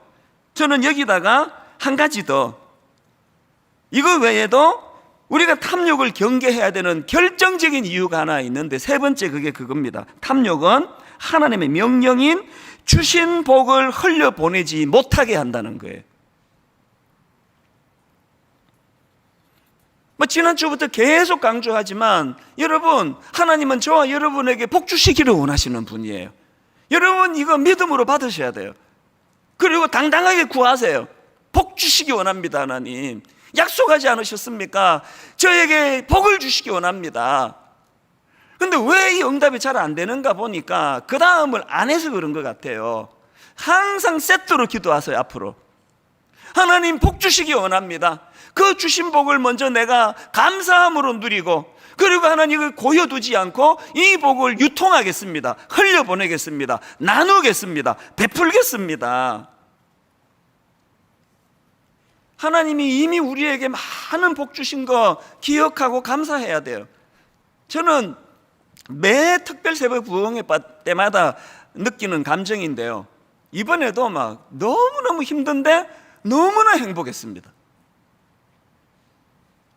저에게 이게 특세가요, 특별 새벽 부흥회가 월요일과 화요일 새벽이 제일 힘들어요. 외부 강사를 우리가 모시질 않으니까요, 이제 주일날이 되고 나면은 저는 이제 뭐 그냥 진이 다 빠지거든요. 그래서 우선 집중이 안 돼요. 글도 잘 안 읽히고요. 근데 이게 지금 내일 새벽에 해야 되니까, 제가 보통 그 월요일 새벽 설교하고 화요일 새벽 설교는 미리 준비를 해둬요. 그래야 이게 차질이 안 생기니까요. 근데 여러분, 목회가 생물이거든요. 사람을 상대하니까 똑같습니다. 설교가 생물이에요. 제가 왜 외부 강사 안 모십니까? 식당 밥 안 먹이려고, 엄마 밥 먹이려고 제가 준비하는 거 아닙니까? 식당 밥보다 세련되진 않았더라도 엄마가 밥해서 먹어야지, 그 마음으로 개척 19년 동안에 단 한 번도 특세 때 외부 강사 써본 적이 없습니다. 근데 여러분, 이게 설교도 이게 생물이거든요. 이게 식은밥이 돼요. 이게 무슨 소리인가 하면, 월요일 날 이제 그렇게 이제 설교를 선포하고 났더니 이게 설교 준비가 생물이다 보니까 지난주에 했던 게 이게 방향이 좀 틀린 거예요. 이렇게 설교해도 완전히 엉터리는 아니지만 이게 초점이 좀 다른데, 근데 이게 새로 준비하려고 하니까 엄두가 안 나고 무슨 설교 준비를 지금 한낮을 갖고 되느냐고요. 그럼 머리는 지끈지끈거리고 계속 마음에 이게 부담이 생기니까요. 할 수 없이 이제 또 자료가 또 제가 찾는 자료가 또 교회에 있네. 근데 우리 딸한테 나가면서 아이고 내 팔자야. 그러고는 갔어요. 그 드림센터에 이제 가서 이제 자료 찾고 뭐 이렇게 하면서 정말 답답하더라고요. 막 머리는 찌끈거리고 막 약 먹고. 그리고 이게 지금 오후인데 이게 내일 저녁도 아니고 내일 새벽에 지금 설교를 해야 되는데 이건 뭐 어떻게 해야 되는지 어설프게 건드렸다가 이게 완성이 안 되면 내일 어떻게 되는 거야? 뭐 이게 뭐 이번에만 있었던 게 아니에요. 그런데 여러분 결론을 말씀드릴까요? 화요일 아침에 제가 준비한 설교가 아니에요. 그게 이해가 안 되는 말씀이 막 술술술술 나오는데요. 그날 얼마나 내가 하나님께 감사했는지 모릅니다. 이번 특세 참석 안 한 분은요 뭐 다 안 들어도 돼요. 월요일 거 화요일 거만 들어보시면 됩니다. 그렇게 들으면 그 다음 듣게 될걸요. 이거 하나님의 은혜가 주신 거거든요. 제 실력이 아니에요. 제 작품이 아니에요. 그래서 제가 화요일 아침에 모르겠습니다. 뭐 성도님들은 그걸 뭐 은혜로 받았는지 안 받았는지 모르지만 저는 그 과정을 아니까 막 너무너무 벅차오르는 감격이 있는 거예요. 그래서 제가 하나님께 영광을 드리고 감사를 드리면서 제가 또 다짐했습니다.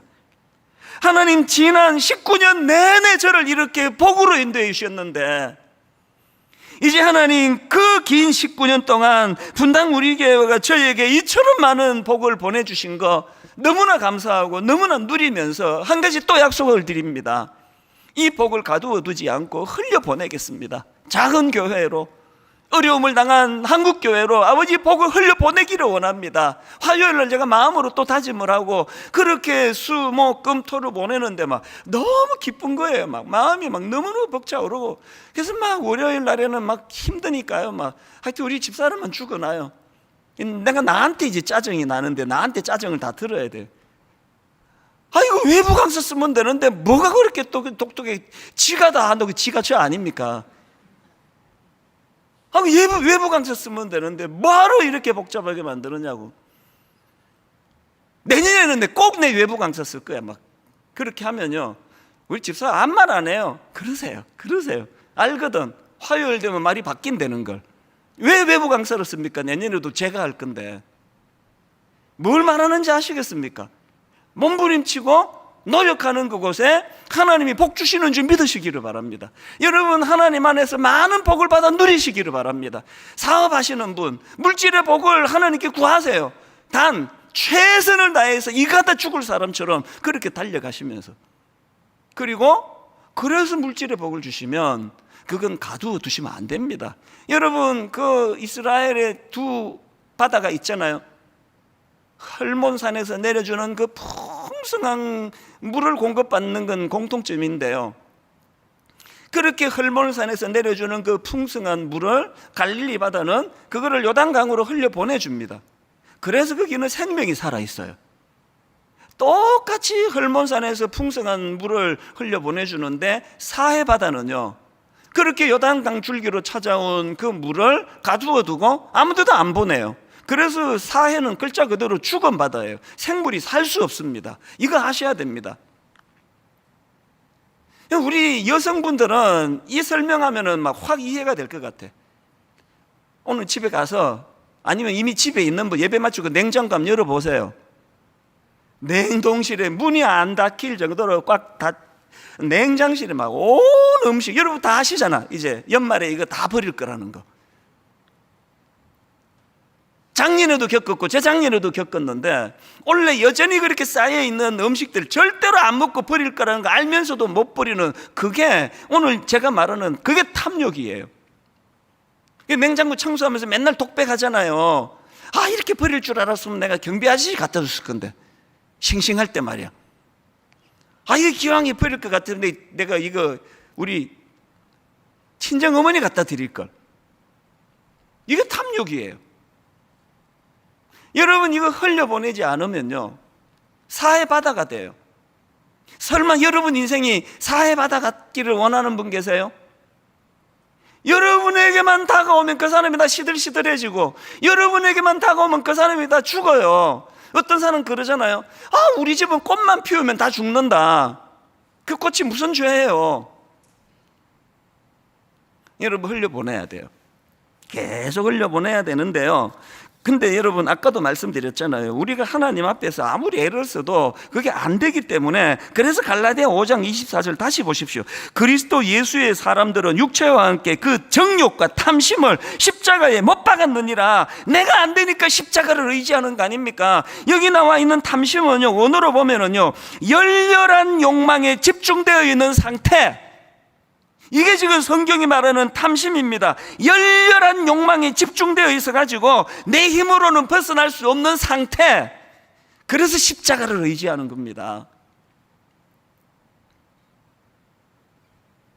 분당 우리 교회를 딱 개척하고요, 그게 2002년 3월 첫 주부터 예배를 드렸는데요, 딱 개척하고 한 달 있다가 책이 한 권 나왔는데, 외국 사람이 쓴 책으로 기억합니다. 책 제목이 양도둑질. 저 그 책 안 읽었지만 제목이 19년 동안 내게 영향을 미쳤습니다. 양도둑질. 네 교회 키우겠다고 남의 교회 성도 빼앗아가지고 교회하면 안 된다. 네 교회 채우려고 양도둑질하면 안 된다. 그래서 여러분, 1만 성도 파송 운동이 중간에 툭 나온 거 아닙니다. 개척 초기부터요, 기존 신자 등록 안 받는 시도 3번이나 했습니다. 처음에 인근교회 등록 안 받는다 그랬더니 부작용이 너무 많은 거예요.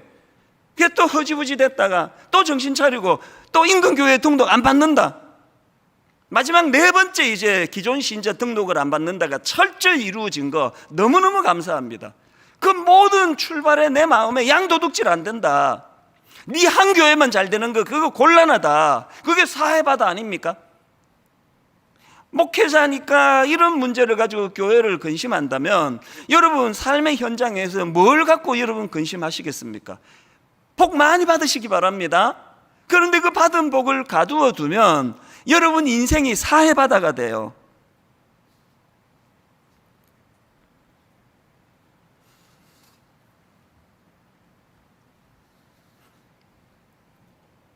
최근에 제가 하나님의 인도하심의 섬세함을 경험했는데요, 이제 우리 교회의 큰 3가지 숙제 중에 이제 2가지는 이제 풀려가거든요. 하나는 이제 가평 우리 마을이 지친 자들의 쉼터가 되도록 거기에 너무 의미 있는 카페를 만들고 거기에 숙박시설을 넣고 거기에 본인이 와서 쉬는 공간도 되지만 우리가 공익적으로 우리 장애인 부모님들을 거기에 초대를 한다든지 선교사님 부부를 초대를 한다든지, 너무너무 지쳐있는 우리 그 장애인들을 섬기는 그 복지사들을 초청한다든지, 그래서 이제 1박 2일 그 불교에서 뭐 템플 스테이, 뭐 천주교에서 뭐 홀리 스테이 뭐 이런 걸 하는데, 가평에서 우리가 꿈꾸는 게 그런 거예요. 그렇게 초대해가지고 그들이 쉼을 얻고 회복을 얻고, 그리고 또 그 공간을 장애인 학교 혹은 미자립 교회에서 수련의 장소로 쓸 수 있도록 그렇게 빌려드리는 거, 이게 이제 정리가 좀 됐거든요. 그리고 1만 성도 파송 운동도 이제 29교회 목사님들과 너무 아름답게 잘 준비돼 가고 있습니다. 남은 숙제가 이제 드림센터 사회 환원이에요. 사실은요, 드림센터 사회 환원 문제를 가지고 제가 잠을 이루지 못했어요. 왜냐하니까 저기에 이제 강도 만난 자들이 회복되는 곳이 되기를 원한다. 그리고 저기에 우리 청년들이 자살을 하기 전에 들리는 곳이 되면 좋겠다. 이런 꿈은 제가 갖고 있는데요, 그 꿈을 펼치기엔 건물이 너무 큰 겁니다. 한 1층부터 12층을 무슨 수로 그런 선한 일로 꽉 채울 수 있겠냐고요. 무슨 돈으로 그걸 하겠냐고. 아무리 생각해도 이게 건물 내놓는다고 되는 게 아니잖아요. 이게 내가 잠을 이루지 못하는 일이 여러 날이었는데, 최근에요, 하나님이 기가 막힌 답을 주셨어요. 이건 진짜 신의 한 수입니다. 너무 궁금하시죠? 다음에 얘기해 드릴게요. 이걸 지금 얘기하면 너무 그렇잖아요. 언제 정말 제대로 말씀드려요. 이게 제가 그냥 허풍치는 거 아닙니다. 신의 한 수를 받았어요. 중요한 건요, 그렇게 이제 드림센터가 이렇게 하면 되겠구나라고 마음에 뜨거움이 용솟음 치고 있는데, 우리 교회 초창기 집사님이 연락이 왔어요. 한번 만나자고. 제가 이 부부 못 뵌 지가요, 글쎄 10년이 넘었던 것 같은데 뜬금없이 전화가 왔어요. 그래서 만났더니 참 놀라운 얘기를 하네요. 드림센터 얘기를 하세요. 그러면서 이 부부가 마음의 소원이, 이분은요 그 엄청난 이름 되면 아는 분도 계실 거예요. 그 뭐 큰 일을 하시고, 그리고 지금 뭐 은퇴를 못 하세요. 은퇴를 할 수 없는 상황입니다. 그래서 이제 뭐 부도 뭐 상당히 이루었을 거 아닙니까? 자녀들한테 이 큰 돈을 물려주는 건 안 된다는 마음을 하나님이 주셔가지고, 그래서 이제 이걸 어떻게 해야 되나 그러고 있었는데 하나님께서 드림센터에 마음을 주셨다는 겁니다. 그래서 그 부부가 찾아와가지고 그 이야기를 하시는 거예요. 지금 드림센터에 이제 우리가 강도 만난 자들이 회복되는 곳이라고, 우리 젊은이들이 치유받는 곳이라고 그렇게 이제 정리가 되자마자 하나님께서 바로 이분을 보내주셨는데, 그러면서 이제 유산 이거 우리 자녀한테 넘겨주면 안 된다 그러면서 이제 얘기를 하고 봉투 하나를 주고 가셨는데요, 가시고 펼쳐보니까 막 그냥 막 엄청난 돈이 들어있네요. 하나님은 이분의 선함, 그렇게 정말 땀의 결정체, 눈물의 결정체, 그리고 뭐 연구하고 막 이러느라고 엄청나게 기여를 하시고, 그리고 그 대가로 얻은 그 엄청난 물질을 이거 자녀들한테 물려주면 안 된다. 뭐 가장 기본적인 것들은 뭐 해결해 줘야 되겠지만, 그리고는 드림센터를 위해서 써달라고 그 물질을 갖고 왔을 때 제 마음에, 아, 목사는 이거 그냥 눈 가리고 아웅 막 그럴듯하게 그냥 신용만 하는 게 아니라 진짜 약자들을 위한 것으로 쓰려고 결단만 하면 하나님은 물질을 보내주시는 거구나. 결론을 저는 오늘 이렇게 맺기를 원합니다. 여러분, 제가 이런 예를 드는 게 이게 솔직히 좀 위험한 게요, 막 뭐 흘려보내는 게 막 어마어마 재산 전부 막 이런 거 아닙니다. 뭐 이런 케이스도 있지만 더 많은 경우에 여러분 받은 복을 흘려보내는 건 이런 막 비장하고 어마어마한 거 아니고요, 우리 생활에서 얼마든지 실천할 수 있습니다. 영상 하나를 보여드리려고 하는데, 이 영상은요 이번 특세 기간에 우리 성도님들에게 이미 보여드렸지만 다 보여드리고 싶어요. 제 마음에, 우리 또 교역자들 마음에 코로나19가 이렇게 계속되니까 얼마나 지금 자영업자 하시는 분들이 힘드실까, 뭐라도 위로가 좀 되고 싶은데 그런 고민을 하다가 무슨 결정을 했냐 하면, 우리 홈페이지에 오늘 들어가 예배 마치고 꼭 들어가 보세요. 이 자영업 하시는 분들 리스트를 쫙 거기다 올려드렸습니다. 그리고 우리 교역자 몇 분이 이제 먼저 가서 격려해 드리려고 갔는데요, 그 이후에 후일담이 너무너무 그 복을 흘려보내는 게 이런 거구나. 그 중에 어떤 분은요, 카페를 하시는데 우리 성도님 중에 너무나 열심히 사시는 분인데 몸에 무리가 왔나 봐요. 그래서 이제 어깨와 허리 수술을 받았는데, 그러고도 그 카페를 계속 해야 되는데 바로 요 추석 명절 직전에 친정 아버님이 큰 교통사고를 당하셔가지고 의식불명에 빠졌다는 거예요. 이 마음이 뭐 무너지는 거 아닙니까? 2중 3중으로 그렇게 낙심해 있는 그 상황에, 그렇게 이제 우리 교구 교역자가 사업장을 방문했더니 그분의 말이 잊혀지지가 않아요. 이 절망적인 상황에서 마치 예수님을 만난 것 같다는 거예요. 예수님이 우리 가게에 찾아오신 것 같다는 거예요. 또 어떤 분은요, 그 힘든 매장을 찾아줬더니 이분이 하는 말씀이 딱 한마디예요. 교회가 우리를 기억해 줘서 고맙습니다. 흘려보내는 건 전 재산 다 갖다 바치는 것 이것만이 아니에요. 흘려보내는 건 이런 겁니다. 그 잠깐 가서 기도 한번 해주는 그 아무것도 아닌데 예수님이 다녀가신 것 같습니다. 영상을 한번 보시고 나머지 제가 말씀을 정리하고 이제 오늘 말씀을 마무리하려고 하는데, 같이 영상을 보시도록 하겠습니다. 지난 목요일 새벽에 이 영상을 같이 보고 이제 홈페이지에 그 자영업 주소를 쭉 올려놨더니요, 그리고 아침에 일찍 출근을 하는데 우리 교회 청년이에요. 지금 이제 가평 우리 마을에서 이제 근무하고 있는 우리 교회 청년인데요, 뭘 손 이만큼 들고 오더라고요. 그리고는 이제 앞에서 수고하시는 분에게 막 전해주면서 저한테도 뭘 하나 줘요. 그 이게 뭐냐 그랬더니 새벽에 새벽기도 참여하고, 그리고 보니까 인근에 편의점이 주소가 나오더라는 거예요. 거기 들러서 거기 사왔다고. 얼마나 감동이 되겠습니까? 여러분, 복을 흘려보내는 건요, 막 내 전재산 다 갖다 주는 거 아닙니다. 조금만 마음을 쓰면, 아까 너무 지쳐있던 그 성도님이 예수님이 다녀간 것 같습니다. 또 교회가 힘든 우리를 기억하고 계셨군요.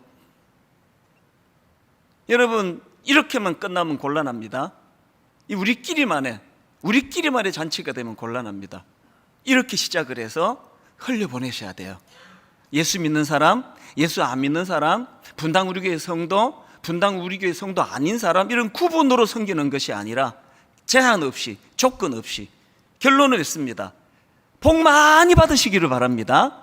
그렇게만 구하지 말고 받은 복을 흘려보낼 수 있도록 정과 욕심을 십자가에 못 박는 믿음의 성도님들 되시기 바랍니다. 이번 특세 내내 은혜 받았던 찬양 다시 부르기 원해요. 이 세상을 살아가는 동안에 나의 힘을 의지할 수 없으니 기도하고 낙심하지 말 것은, 이렇게 탐욕적인 본능, 우리의 이 본능을 십자가 의지하여 기도를 통하여 한번 이거를 이겨내기를 원합니다. 그런 마음의 소원을 가지고 우리 함께 찬양하기 원합니다. 리추얼이라는 제목의 책이 있는데요, 이 책의 부제는 일단 움직여라, 마음은 따라온다, 이런 부제를 갖고 있는 책입니다. 그 책 표지에 보니까 비슷한 구호가 있는 걸 제가 봤는데요, 생각보다 중요한 행동의 힘, 해보면 하고 싶어진다. 그리고 목차에도 보니까 제1장의 제목도 거의 비슷합니다. 먼저 행동하라, 마음은 따라온다. 지금 이 비슷한 구호들이 설명하고 있는 그 강조, 이게 뭘 강조하고 싶은지 감이 좀 잡히지 않습니까? 보통 사람들은 이 몸과 마음의 관계에서 이 마음이 우선이라고 생각을 하지 않습니까? 그래서 이런 말들 많이 하잖아요. 뭘 하려고 하면 결심이 중요하다, 이 마음을 움직여야 된다는 뜻 아닙니까? 그러나 현실적으로 보면은 아무리 마음을 굳게 먹고 결심해도 그 몸이 잘 따라주지 않는다는 겁니다. 그래서 그 책 저자가 주장하는 게 뭐냐면은, 많은 경우 마음이 가는데 몸이 가는 게 아니라 몸 가는데 마음이 간다. 이걸 이제 여러 가지 자료를 가지고 증명하면서 책을 이제 풀어나가고 있는데요, 그래서 저자가 강조하는 거, 일단 움직여라, 먼저 행동해라, 마음은 뒤따라온다, 이걸 이제 강조하는 책입니다. 그런가 하면은 또 무조건 심플, 이런 제목의 책이 있는데요, 이 책은 전문 경영 컨설턴트인 저자가 오래 연구 끝에 내린 결론을 소개하는데, 결론을 한번 들어보세요. 비즈니스에서 가장 효력이 큰 단 하나의 법칙이 있다면 사업장과 시장을 단순화하라는 것이다. 그래서 그 책 제목이 무조건 심플이에요. 사실 저는 이 책 내용도 안 보고요, 그냥 구입했습니다. 왜냐하니까 이 책 제목 무조건 심플, 이건 제 인생의 구호이기 때문이에요. 하나님 앞에서 그렇게 복잡하게 생각하고 복잡하게 살면 안 된다는 주장을 저는 하고 있거든요. 그래서 제가 물 철학을 얘기하잖아요. 물이 위에서 아래로 흐르는데 복잡한 거 없습니다. 물을 아래에서 위로 끌어올리려니까 이렇게 복잡한 거 아닙니까? 창조주 하나님이 계시고 우리를 설계하신 그 하나님께서, 우리를 가장 잘 아시는 그 하나님께서 우리에게 주시는 그 말씀에 따라 가지고 그렇게 살아가는 거, 복잡한 게 하나도 없습니다. 그래서 그 책에서 주장하는 이 내용들을 보면서 저는 이런 구호를 만들어 봤습니다. 하나님의 뜻이면 순종한다, 하나님의 뜻이면 일단 움직인다, 먼저 행동한다, 그러면 마음은 따라온다. 아주 간단하고 단순한 그 책 제목 무조건 심플, 이게 저에게 참 묵상하는데 굉장히 도움이 된 그런 책 제목입니다. 오늘 본문에서 아브라함이 보여주는 모범이 바로 이런 모습이거든요. 복잡한 게 하나도 없습니다. 1절에서 하나님이 말씀하십니다. 창세기 12장 1절, 여호와께서 아브라함에게 이르시되 너는 너의 고향과 친척과 아버지 집을 떠나 내가 너에게 보여줄 땅으로 가라. 그랬더니 4절, 이에 아브라함이 여호와의 말씀을 따라 갔고, 뭐 복잡한 게 하나도 없습니다. 그 생각 없이 사는 그것도 문제지만요, 이 생각을 너무 복잡하게 해가지고 한 걸음도 행동으로 발걸음을 못 옮기는 건 더 큰 문제 아닙니까? 그 출애굽기 3장을 보니까요, 소명받기 이전에 이 모세가 딱 그렇게 생각이 복잡했던 사람이에요. 하나님께서는 애굽의 종살이로 신음하는 이스라엘 백성들을 해방시켜 주시기 원하시고 그 지도자로 모세를 부르시거든요. 출애굽기 3장 10절, 이제 내가 너를 바로에게 보내어 너에게 내 백성 이스라엘 자손을 애굽에서 인도하여 내게 하리라. 그랬더니 모세의 반응을 한번 보세요. 바로 그 다음 11절, 모세가 하나님께 아뢰되 내가 누구이기에 바로에게 가며 이스라엘 자손을 애굽에서 인도하여 내리까? 아니 그냥 아멘 하면 되는 건데 막 복잡해요. 이게 막 계속됩니다. 막 읽다가 막 짜증이 나요. 하나님 계속 설명해 주시는데 사람들이 내 말을 듣겠습니까? 누가 내 말을 믿어주겠습니까? 아무도 내 말을 안 믿을 겁니다.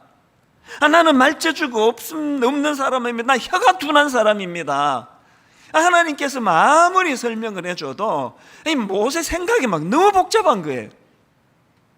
이 답답한 모세의 이 성경을 읽다가 떠올려진 시원한 구절 하나가 제가 떠올려졌는데요, 여기에 반해가지고 여러분 마가복 1장에 보면은요, 예수님이 해변을 지나시다가 그물질하는 베드로와 안드레를 보시고 부르세요. 자, 마가복 1장 17절, 예수께서 이르시되 나를 따라오라. 내가 너희로 사람을 낚는 어부가 되게 하리라 하시니, 그랬더니 바로 그 다음 18절, 곧 그물을 버려두고 따르니라. 시원하지 않습니까? 복잡한 거 없습니다. 따르라 그러시니까, 주님이 따르라 그러니 이거 대단한 거 아닙니까? 그래서 곧 그물을 버려두고 따르니라. 이게 주님의 말씀이 진리다 싶으면요, 그냥 따르면 되는 겁니다. 제가 29살 때 이민을 가가지고 조그만한 비즈니스를 시작하는 그 즈음에 하나님이 저에게 한국으로 돌아가라, 목사가 되라, 청소년들을 도와주라. 이게 여러분 막 엄청 복잡한 것 같아도요, 아무 일도 아니에요. 그래서 저는 이걸 아주 굉장히 간단하게 생각했습니다. 이게 정말 하나님의 콜링, 소명이면 순종해야지. 그래서 저는 막 머리 복잡하게 굴리고 그렇게 하지 않고 성경을 읽었죠. 그 시로 창세기부터 요한계시록까지 읽으면서 이게 진짜 하나님의 부르심인지 내가 그냥 혼자 생각하는 건지 그렇게 2달 동안 성경을 읽으면서 확신했거든요. 이거 하나님의 부르시는 소명이다. 그래서 한국으로 돌아가겠는데 생각 복잡하게 안 했습니다. 복잡하게 생각했겠습니까? 오죽 간단하게 생각했으면은 김포공항에, 그때 국제선이 김포공항인데 김포공항에 도착해가지고 그날 밤에 어디서 잘 궁리도 안 하고 한국에 나왔잖아요. 그 모든 피해를 그때 신혼부부였던 내 친구가 다 근데 그 집에 보름이나 내가 머물렀잖아요. 제가요, 생각 복잡하게 했으면 절대로 한국에 못 돌아왔습니다. 결혼도 안 했죠? 5남매 중에 막내죠? 온 가족들이 도와줘가지고 지금 비즈니스 시작한 지 지금 얼마 안 되죠? 네, 하나님, 나 한국에 못 갑니다. 이렇게 설명할 수 있는 이유를 10가지도 더 될 수 있습니다. 복잡하게 생각 안 했습니다. 이게 진짜 하나님의 소명이면 가라면 가는 거죠. 분당우리 개축도 마찬가지 아닙니까? 갑자기 담임 목사님, 오카노 목사님 부르시더니 내년에 개척해라. 아니 그게 지금 10월 말에 부르셨는데 내년이면 지금 얼마 남은 겁니까? 제가요 그때 중고등부만 하고 어른 사역도 해본 적이 없고 장례를 제대로 내가 침례를 치러보기를 했습니까? 어른들을 상대로 아무것도 한 게 없는데 그때 제가 오카노 목사님께 목사님 지금 저 개척 못합니다. 그 이유를 10가지도 더 될 수 있었는데요, 아주 복잡하게 생각 안 해요. 그냥 이렇게 생각했습니다.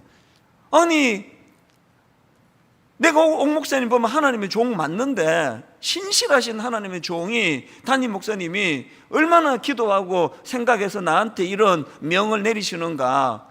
아니 목사님 이미 다 기도하고 생각해서 명 내니 내가 뭐 따로 기도할 게 뭐가 있냐고 가볍게 받았죠. 그리고는 뭐 그냥 뭐 혼미한 개척하고 혼미한 몇 달을 보냈지만, 지금 여러분이 결과를 보면은 그때 제가 목사님께 아예 안 합니다 그래서 어쩔 뻔했냐고요. 그래서 제가 아까 그 책 제목 정말 그대로 저는 봤습니다. 아까 그 책 제목 그대로 저는 무조건 심플, 하나님의 뜻이면 순종한다. 오늘 아브라함에게서 우리가 다시 한번 이 중심을 우리가 회복해야 돼요. 그래서 저는 우리 젊은 부교육자들한테 막 요새 노래를 부릅니다. 생각 좀 줄여라, 생각 좀. 당신 생각 너무 많다. 아니 뭐가 그렇게 생각이 복잡하냐. 하나님이 하라 그러면 하면 되고, 하나님 뜻이 아니다 싶으면 안 하면 되고, 뭘 그렇게 망설이고 그렇게 복잡하냐. 저는 오늘 이 하나님 말씀 앞에 너무나 단순하게 반응하는 이 아브라함을 보면서 우리 이거 배워야 된다 생각합니다. 이 중심을 가지고요, 하나님이 뭘 명하셨고 아브라함은 그것을 어떻게 순종하며 나갔는지를 이제 내일 특별 새벽 부흥회 때도 오늘 말씀에 연이어서 계속 살펴보려고 하는데요, 오늘 본문에 보니까 하나님께서 아브라함에게 주신 명령을 정리해 보니까 딱 두 가지예요. 하나님은 두 가지 명령을 주셨습니다. 첫 번째 명령이 뭐냐? 가라예요. 가라. 자, 12장 1절 다시 보십시오. 여호와께서 아브라함에게 이르시되 너는 너의 고향과 친척과 아버지 집을 떠나 내가 너에게 보여줄 땅으로 가라. 이렇게 가라는 명령을 내리시는데, 그런데 보니까 그 앞에 하나님이 전제를 하나 말씀하세요. 1절을 다시 보십시오. 전제가 뭐냐? 여호와께서 아브라함에게 이르시되 너는 너의 고향과 친척과 아버지 집을 떠나. 이 가라라는 말씀 앞에 떠나라는 말씀을 먼저 주시는데요, 이게 전제입니다. 가만히 보니까요, 여기 나오는 너의 고향과 친척과 아버지 집, 이게 전부 다 아브라함에게 너무 소중한 것들이네요. 게다가 그 떠나라는 강도가 점점 세지세요. 맨 먼저는 너의 고향을 떠나라. 뭐 이건 좀 쉽죠. 뭐 저도 고향을 떠났고 여러분 중에 고향 떠난 분 많으신데요, 근데 떠나는 게 그것만이 아니네요. 그 다음에 보니까 고향을 떠날 뿐만 아니라 친척도 떠나라. 요건 또 약간 더 어려운데요, 그걸로 끝나는 게 아니에요. 결정적인 거, 즉 강도가 점점 세져 가지고 너의 아버지 집을 떠나. 이게 뭐 무슨 아파트 뭐 1동 뭐 몇 호를 떠나라 그런 얘기가 아니잖아요. 제가 우리 가족을 떠나오는 과정에서 이게 얼마나 힘들다는 걸 내가 겪어봐서 알아요. 그래서 이안 득위드라는 분이 쓴 믿음으로 산다는 것, 이런 제목의 책이 있는데요, 믿음으로 산다는 게 뭐냐? 아브라함이 말씀에 순종하여 발걸음을 내딛기 전에 먼저 해야 했던 것은 그가 소중히 여기던 모든 것들과의 결별이 먼저 일어났다. 예전에 나온 책 중에요, 그 익숙한 것과의 결별, 이런 제목의 책이 있었습니다. 이 1997년도에 우리나라의 IMF 경제 위기가 터지고 나서 온 나라가 이제 뭐 진짜 뭐 곧 망할 것 같은 두려움에 휩싸였고요. 그 사건 이후로도 막 우리나라에 막 엄청난 변화의 소용돌이가 휘몰아쳤는데요, 그 과정에서 수많은 직장인들과 젊은이들이 막 갈팡질팡하는 혼란에 빠져 있었습니다. 그런 와중에서 이제 이 책이 강하게 주장하는 게 뭐냐? 정말 변하지 않으면 안 된다. 진짜 변해야 된다. 변화되면 제대로 변해야 된다. 이걸 강조하는 책인데, 저는 지금도요, 이게 98년도인가 99년도인가 예전에 나온 책인데 지금도 저는 한 번씩 이 책 제목을 되냅니다. 익숙한 것과의 결별. 이거 왜 되내는지 아십니까? 모든 사람이 익숙한 걸 좋아해요. 모든 사람이 익숙한 걸 좋아하는 이유는 이 익숙함은 마음에 안정을 줍니다. 그러나 왜 익숙한 것과 결별해야 되느냐고요? 이 익숙함은 우리에게 안정감을 가져다 주지만, 그러나 이 익숙함에 안주하는 순간 도태하기 때문이에요. 권태감이 익숙한 것 때문에 오는 거 아닙니까? 그래서 제가 지금도 한 번씩 이 제목을 저를 이제 다짐할 때마다 익숙한 것과의 결별, 익숙한 것과의 결별 이렇게 되뇌기도 하고요. 그런가 하면은 또 책 제목 하나 더 되뇌입니다. 예전에 베스트셀러가 됐던 누가 내 치즈를 옮겼는가?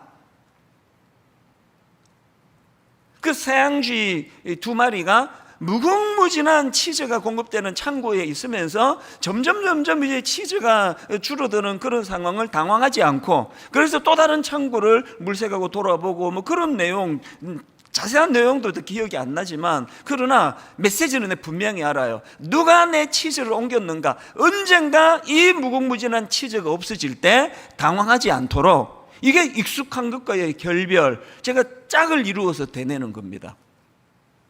하나님이 왜 가라 하시면서 아브라함이 가장 소중히 여기는 것들과의 결별을 먼저 말씀하셨는지 아시겠죠? 더군다나요, 아브라함의 아버지 데라는 우상을 숭배하던 이교도였습니다. 자, 여러분, 요수아 24장 2절 3절입니다.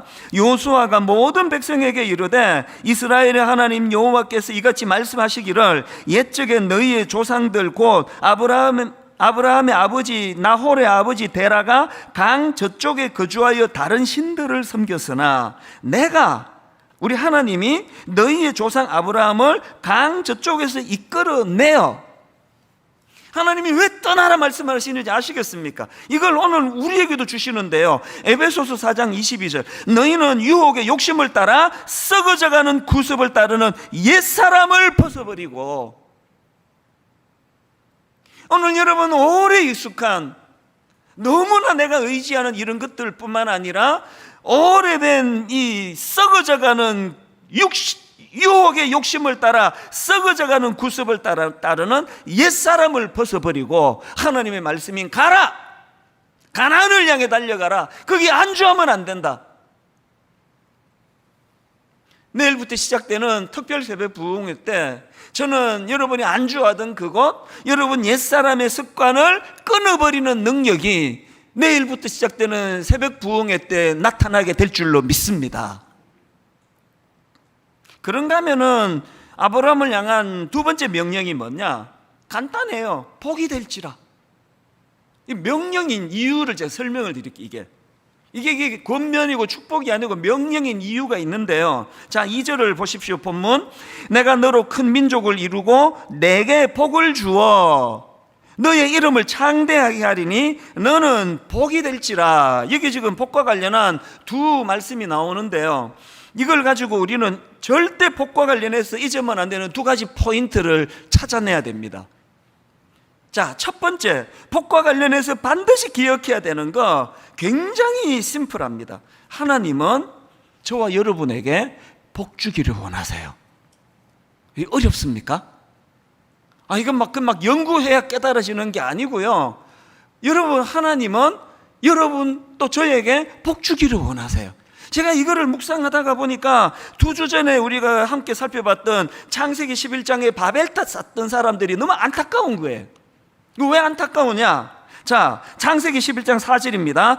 또 말하되 자, 성읍과 탑을 건설하여 그 탑 꼭대기를 하늘에 닿게 하여 우리 이름을 내고, 그 사람들이 그렇게 죽을 고생하며 탑을 쌓았던 거는 자기 이름을 내기 위해서였는데요. 그런데 여러분, 2절에서 지금 하나님이 무슨 약속을 주십니까? 내가 너로 큰 민족을 이루고 너에게 복을 주어 너의 이름을 창대하게 하리니. 아니, 창조주 하나님이 그렇게 자기 이름 내려고 바등바등 안 해도 하나님이 이름 주시기를 원하신다는 거예요. 바벨탑 쌓던 그 사람들의 어리석음이 뭡니까? 아니, 그 복주기 원하시는 그 하나님은 배제시키고 그 알량한 자기들 그 좁은 생각으로 좁은 머리로 그렇게 바벨탑을 세워나가니까 이게 애당초 이게 말이 안 되는 일 아닙니까? 오늘 여러분, 이 바벨탑을 쌓는 사람이 한두 사람입니까? 그렇게 자기 이름을 내보겠다고 그렇게 바둥바둥 애를 쓰는데 그게 되던가요? 그래서 제가 생각 좀 복잡하게 하지 말라는 거예요. 그럼 뭐 그렇게 탑 쌓겠다고 그렇게 애를 쓰시느냐고요. 하나님이 복 주신다는데 믿으면 되는 거 아닙니까? 하나님은 저와 여러분 이찬수 목사와 모든 성도님들에게 복 주시기 원하십니다. 믿으십니까? 이 굉장히 단순하지만 너무나 중요한 메시지예요. 하나님 우리를 부르실 때요, 우리를 착취하려고 부르시는 거 아니에요. 사실 제가 그 철없던 29살 때 사실은 비즈니스 지금 금방 시작했는데 막 온 누나 형 도움 받아가지고 이제 억지로 시작했는데 이게 내려놓고 한국 가라 그러니까 사실 처음에 좀 두려웠죠. 희생인 줄 알았죠. 막 엄청 각오하느라고 그냥 몸살도 걸리고 그랬는데 그 어리석은 생각이에요. 하나님이요, 저를 착취하려고 부르시는 분이 아니에요. 그렇게 부름에 순종해가지고 30살 때 한국 돌아와 이후로 31년 동안 제가 받은 복은 이루 말로 다 못하는 거 다 아시잖아요. 그 모르는 분 계세요? 분당 우리 교회를 개척하고 성도님들도 그 복을 좀 누리셨다는 분이 많으셨거든요. 개척 초기에요, 이민 가기로 그 수속을 밟고 있었다고 기억을 합니다. 이민 가기로 했는데 교회가 너무 행복해가지고 이민을 안 간 분들이 계세요. 이 설교 준비하다가 그 초창기 때 그분들 교회를 위해서도 너무나 수고를 많이 하시고 그랬는데요, 그분들 생각이 나는 겁니다. 제가 하나님 말씀에 순종해서 분당 우리를 개척했기 때문에 그 복을 누린 성도들도 많이 계시지만요, 뭐라 그래도 그 복은 제가 제일 많이 받은 거예요. 제가 그때 제가 미국에서 한국으로 여기민 안 왔으면 어쩔 뻔했나 아무리 생각을 해도 이건 그래서 여러분, 하나님은요 우리를 착취하려고 부르시는 분이 아니라 복 주시기 위해 부르신다는 거, 이 간단한 진리를 마음에서 믿음으로 받으시기를 바랍니다. 그런가 하면은 복과 관련해서 또 하나 진짜 기억해야 될 두 번째가 있는데요, 여러분, 하나님은요, 첫째, 우리에게 복 주시기 원하실 뿐 아니라 둘째, 다른 사람에게 복을 끼치는 자가 되기를 원하신다는 겁니다. 자, 2절 현대인의 성경을 한번 보십시오. 2절, 내가 너를 큰 민족의 조상이 되게 하고, 이 첫 번째 복입니다. 너를 축복하여. 이건요, 하나님이 어떤 민족에게 준다는 그게 아니에요. 아브라함 개인에게 주시는 거예요. 하나님께서 먼저 내가 너를 큰 민족의 조상이 되게 하고 너를 축복하여 내 이름을 크게 떨치게 하겠다. 그리고 그 다음 두 번째 보세요. 너는 다른 사람에게 복을 끼치는 자가 될 것이다. 이 다른 사람에게 복을 끼치는 자가 된다는 게 뭘 의미하는지 3절에 가면 좀 더 자세히 알 수 있습니다. 3절, 너를 축복하는 자에게는 내가 복을 내리고 너를 저주하는 자에게는 내가 저주하리니 땅의 모든 족속이 너로 말미암아 복을 얻을 것이라. 이거 신나는 거 아닙니까? 여러분, 제가 오늘도 살아가야 될 이유가 있다면 제가 오늘 여러분에게 줄 게 있기 때문이에요. 그러니까 여러분, 이찬수 목사로 말미암아 여러분이 복을 받게 된다. 이게 얼마나 이게 살맛 나는 이야기예요. 제 기도하는 거 아시죠? 하나님, 제가 누군가에게는 선물 같은 존재가 되기를 원합니다. 제가 이 3절에 나오는 너로 말미암아 복을 얻게 될 것이다, 이 말씀의 의미를 좀 더 알고 싶어서 이런저런 자료를 찾아보고 뒤집어보고 책도 사고 그렇게 했는데요, 그러다가 제가 이 구약학을 전공하신 장신대 하경택 교수님의 논문을 제가 읽게 됐는데요, 이 교수님의 논문에 의하면은 여기 나오는 너로 말미암아 라는 이 말씀의 의미는 학자에 따라서 강조점이 조금씩 다르다면서 쭉 설명을 하는데, 이걸 제가 두 가지로 정리를 해봤습니다. 자, 여기 나오는 너로 말미암아, 그러니까 너로 말미암아 복을 얻을 것이다, 여기 나오는 이 너로 말미암아를 어떻게 해석할 수 있느냐. 첫째로요, 이 너로 말미암아는 땅의 모든 족속이 너를 통하여 복을 받을 것이다, 이렇게 번역할 수 있다는 겁니다. 그러니까 여기 나오는 너로 말미암아는 이 축복의 중재자, 이 축복의 통로로서의 아브라함을 강조하는 것으로 그렇게 번역을 할 수가 있다. 그런가 하면은 두 번째로 여기 나오는 너로 말미암아라는 이 말씀은 땅의 모든 족속이 너처럼 복을 받을 것이다. 그러니까 여기 나오는 너로 말미암아는 이 축복의 모범으로서 아브라함을 강조하는 것으로 번역할 수 있다는 겁니다. 제가요 그 지난주 새벽에 이 말씀을 제가 깨달으면서 막 너무너무 가슴이 벅찬 겁니다. 이 새벽에. 그래서 제가 29 예비 담임 목사님들한테 제가 바로 내가 연락을 다 했습니다. 메일을 보내가지고 그 문자를 보내가지고 이 내용을 전했습니다. 그리고 제가 마음이 너무너무 뜨거워지는 거예요. 오늘 여러분, 저와 여러분이 당당히 구하셔야 돼요. 하나님 복 주시기 원합니다. 아버지 저는 복 받기 원합니다. 이걸 구하셔야 돼요. 당당하게 복 받기를 주님 앞에 기도하고 소원을 가지고 구하시는데요, 그것만 하시면 안 됩니다. 하나님 내게 복 주시기 원합니다. 그 복 누리기 원합니다. 이렇게 하나님께 구한과 동시에 하나님 제가 다른 사람들에게 복을 끼치는 자가 되기를 원합니다. 이 기도를 같이 드려야 된다는 거예요. 마가복음 6장에 보면은요, 바로 이 내용과 관련해서 확 드러나는 두 가지 이질적인 너무 대조적인 사건이 기록되어 있는데, 이거 한 달 전인가 나누었던 내용이에요. 자, 한번 보십시오. 이 마가복음 6장에 보면은 이제 오병이어 사건이 나오고요. 그리고 그 앞에 이제 헤롯 왕이 배설한 잔치 이야기가 거기 기록이 되어 있는데, 자, 먼저 헤롯 왕의 잔치의 특징을 한번 보시겠습니까? 자, 마가복음 6장 21절 22절입니다. 마침 기회가 좋은 날이 왔으니 곧 헤롯이 자기 생일에 대신들과 천부장들과 갈릴리의 귀인들로 더불어 잔치할세 헤로디아의 딸이 친히 들어와 춤을 추어, 그 다음 보세요. 헤롯과 그와 함께 앉은 자들을 기쁘게 한지라. 헤롯이 배설한 잔치의 특징은 뭐예요?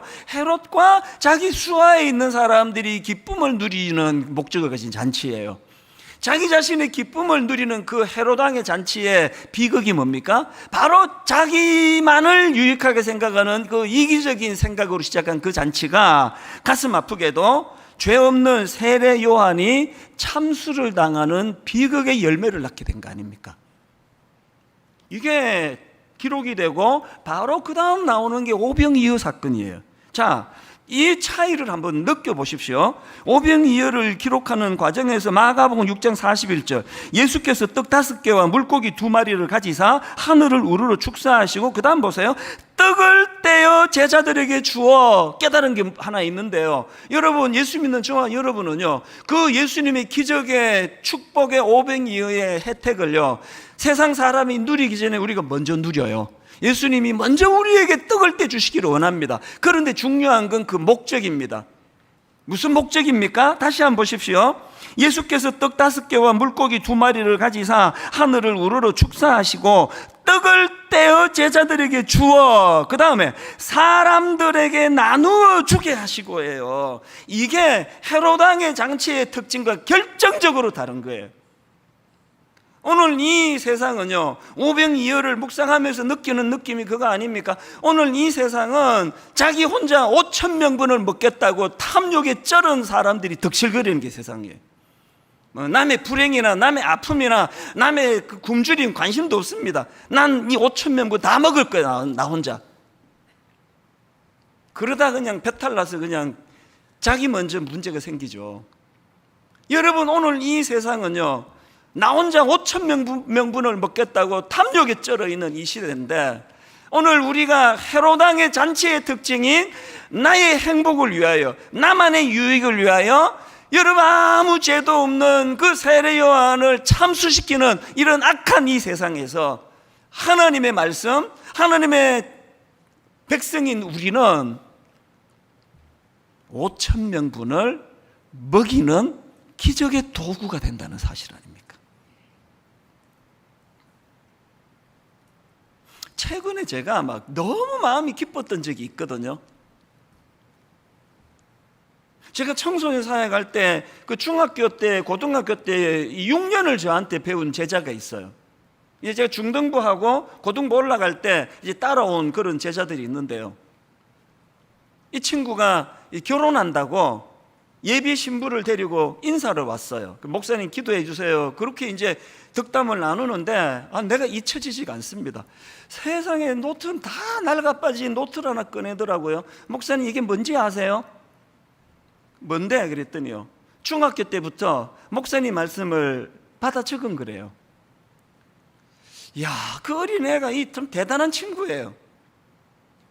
그러면서 이제 그 메모해 놓은 거를 보여주고 뭐 대화를 하는데 제가 잊혀졌던 추억이 하나 떠올랐습니다. 제가 그때 청소년 사회 가면서 많이 가르쳤던 것 중에 강조했던 게 있는데요, 막 구호를 외치고 따라하라 그랬는데 그게 뭐냐 하니까 공부해서 남주자, 돈 벌어서 남주자, 은혜 받아 남주자. 뭐 한동대학교도 그런 모토가 있고 구호가 있고 또 이런 걸 외치는 교회가 많아서 감사하게 생각하는데요, 저는 92년도부터 이거를 아이들에게 가르쳤어요. 그래서 막 따라하라 그러고요, 그리고 막 가르쳤어요. 그 막 공부 안 하면 네 엄마가 혹은 아빠가 공부해서 남주나 왜 이렇게 공부 안 해? 공부해서 남줘? 그러면 네 이렇게 대답해라. 막 이렇게 막 우스갯소리도 하고. 이 친구가 그걸 기억하는 거예요. 여러분, 그 코흘리게 중학교 애가 그 제가 전한 말씀을 듣고 이렇게 노력을 하는데 제가 막 교회를 목회하면서 탐욕에 쩔어서 목회하면 되겠습니까?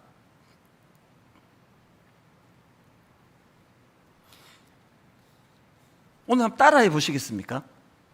그 순수한 그 동심으로 동심도 아닙니다. 중고등학생으로 돌아가셔서 한번 따라해 보시기 바랍니다. 공부해서 남주자. 원래 자기랑 해당 없는 거 크게 잘해요. 이제 뭐 공부 다 끝났는데 뭐. 공부해서 남주자. 돈 벌어서 남주자. 이 소리가 확 준 것 같은데. 내일부터 시작될 특세, 이 구호로 하셔야 됩니다. 은혜 받아 남주자. 이게 우리의 두 번째 사명이에요. 당당하게 주님께 구하세요. 아버지, 난 복 받기 원합니다. 복 주시기 원합니다. 그리고 그 주신 복을 마음껏 누리고 주님 은혜롭게 살기 원합니다. 그리고 그 주신 복을 흘려 보내기를 원합니다. 오늘 우리가 여기 교회가 있는 것, 하나님 너무나 삭막한 이 시대에 그들에게 선물과 같은 교회가 되기를 원합니다. 사실 분당 우리 교회 지난 19년은요, 뭐 하나님의 이 복을 뭐 말로 나눌 수 없이 받았습니다. 가장 첫 번째로 받은 복은요, 이 송림 중고등학교예요. 세상에 이거 지금 우리가 지금 거의 20년째 쓰고 있잖아요.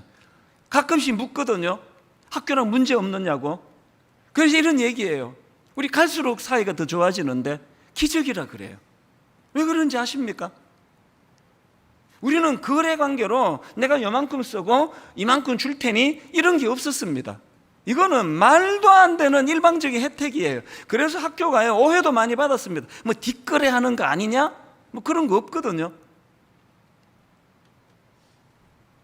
근데 진짜 지금도 이해가 안 돼서 너무 행복한데요, 성린중고등학교가 이제 이리로 건물을 짓고 이사를 하고 그리고 이제 바로 우리가 여기 들어왔는데요, 그런데 우리 직전에 분당의 규모가 큰 교회에서 이 강당을 빌려 쓰게 해달라. 그리고 뭐 규모가 있는 교회니까요, 뭐 꽤 많은 장학금과 뭐 이런 것들을 이제 제공하겠다고 약속을 뭐 제안을 했을 거 아니냐고요. 그런데 여러분, 그 이사장님과 송림중고등학교가 눈물나게 고마운 게 뭔지 아세요? 세상에 그렇게 큰 그 보상이 이루어지고 뭐 이런 장학금 같은 걸 제공해 주겠다는 그 학교를, 그 교회를 거절하고요, 그때 30-40명 모인, 게다가 담임 목사는 뭐 완전 애송이 42살짜리, 얼굴은 35.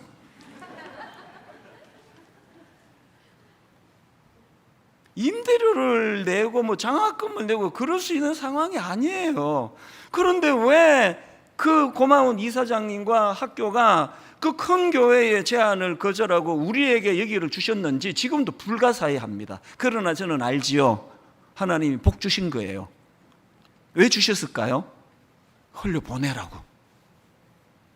여러분, 우리 이사장님과 교직원들과 또 학교를 왜 기도하고 계시죠? 기도 안 하면 그 도리가 아니에요. 기도하셔야 됩니다. 그리고 인간적으로도 고마워할 뿐 아니라 하나님의 이 크신 복 주신 하나님 은혜를 기억하면서 흘려보내야 돼요. 더 많이 흘려보내야 된다고 저는 생각합니다. 이번에 제가 29교회가 분립되는 과정에서도 너무 가슴이 뜨거운 게요, 벌써 이런 시작도 안 했는데 이런 혜택이 막 일어나는 거거든요. 지금 장소를 물색하는 중인데요, 많은 단체에서 호의를 베풀고 계세요. 어떤 곳에서는 기독교 대안학교에서요, 이 29교회 중에 한 교회가 여기 좀 써라, 괜찮다 써라. 그런가 하면은 일산에 있는 어떤 장애인 학교는 내 진짜 고마워요. 막 거기에서 지금 뭐 거의 써라. 또 어떤 신학교는요, 기존에 그 신학교 안에 이제 캠퍼스가 크니까요, 그 안에 이미 교회가 있어요. 그런데 여기 와서 써라. 내 그 교회에 너무 감동을 받았습니다. 엄청 불편할 거 아닙니까? 이 교회에 있는데 또 들어가. 근데 괜찮다는 거예요.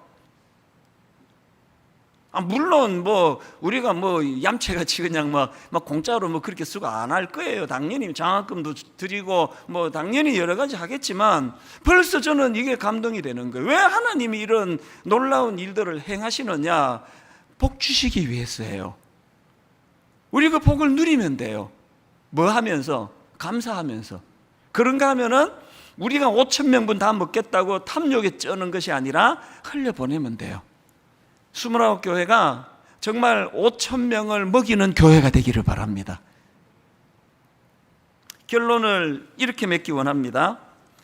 여러분, 이제 내일부터 특세인데요, 이사야 58장 11절, 여호와가 너를 항상 인도하여 메마른 곳에서도 내 영혼을 만족하게 하며 내 뼈를 견고하게 하리니 너는 물된 동산 같겠고 물이 끊어지지 아니하는 샘 같을 것이라. 이 하나님의 복을 누리시기를 주님 이름으로 축원합니다. 여러분 인생이 물된 동산 같은 형통의 복을 누리게 되시기를 바랍니다. 그런데 여러분, 여기까지만 읽으시면 안 되고요, 이 11절 바로 그 다음에 12절, 너에게서 날짜들이 오래 황폐된 곳들을 다시 세울 것이며 너는 역대의 파괴된 기초를 쌓으리니 너를 일컬어 무너진 데를 보수하는 자라 할 것이며 길을 수축하여 거할 곳이 되게 하는 자라 하리라. 모든 사람들에게 복을 끼치는 자가 되라는 거예요.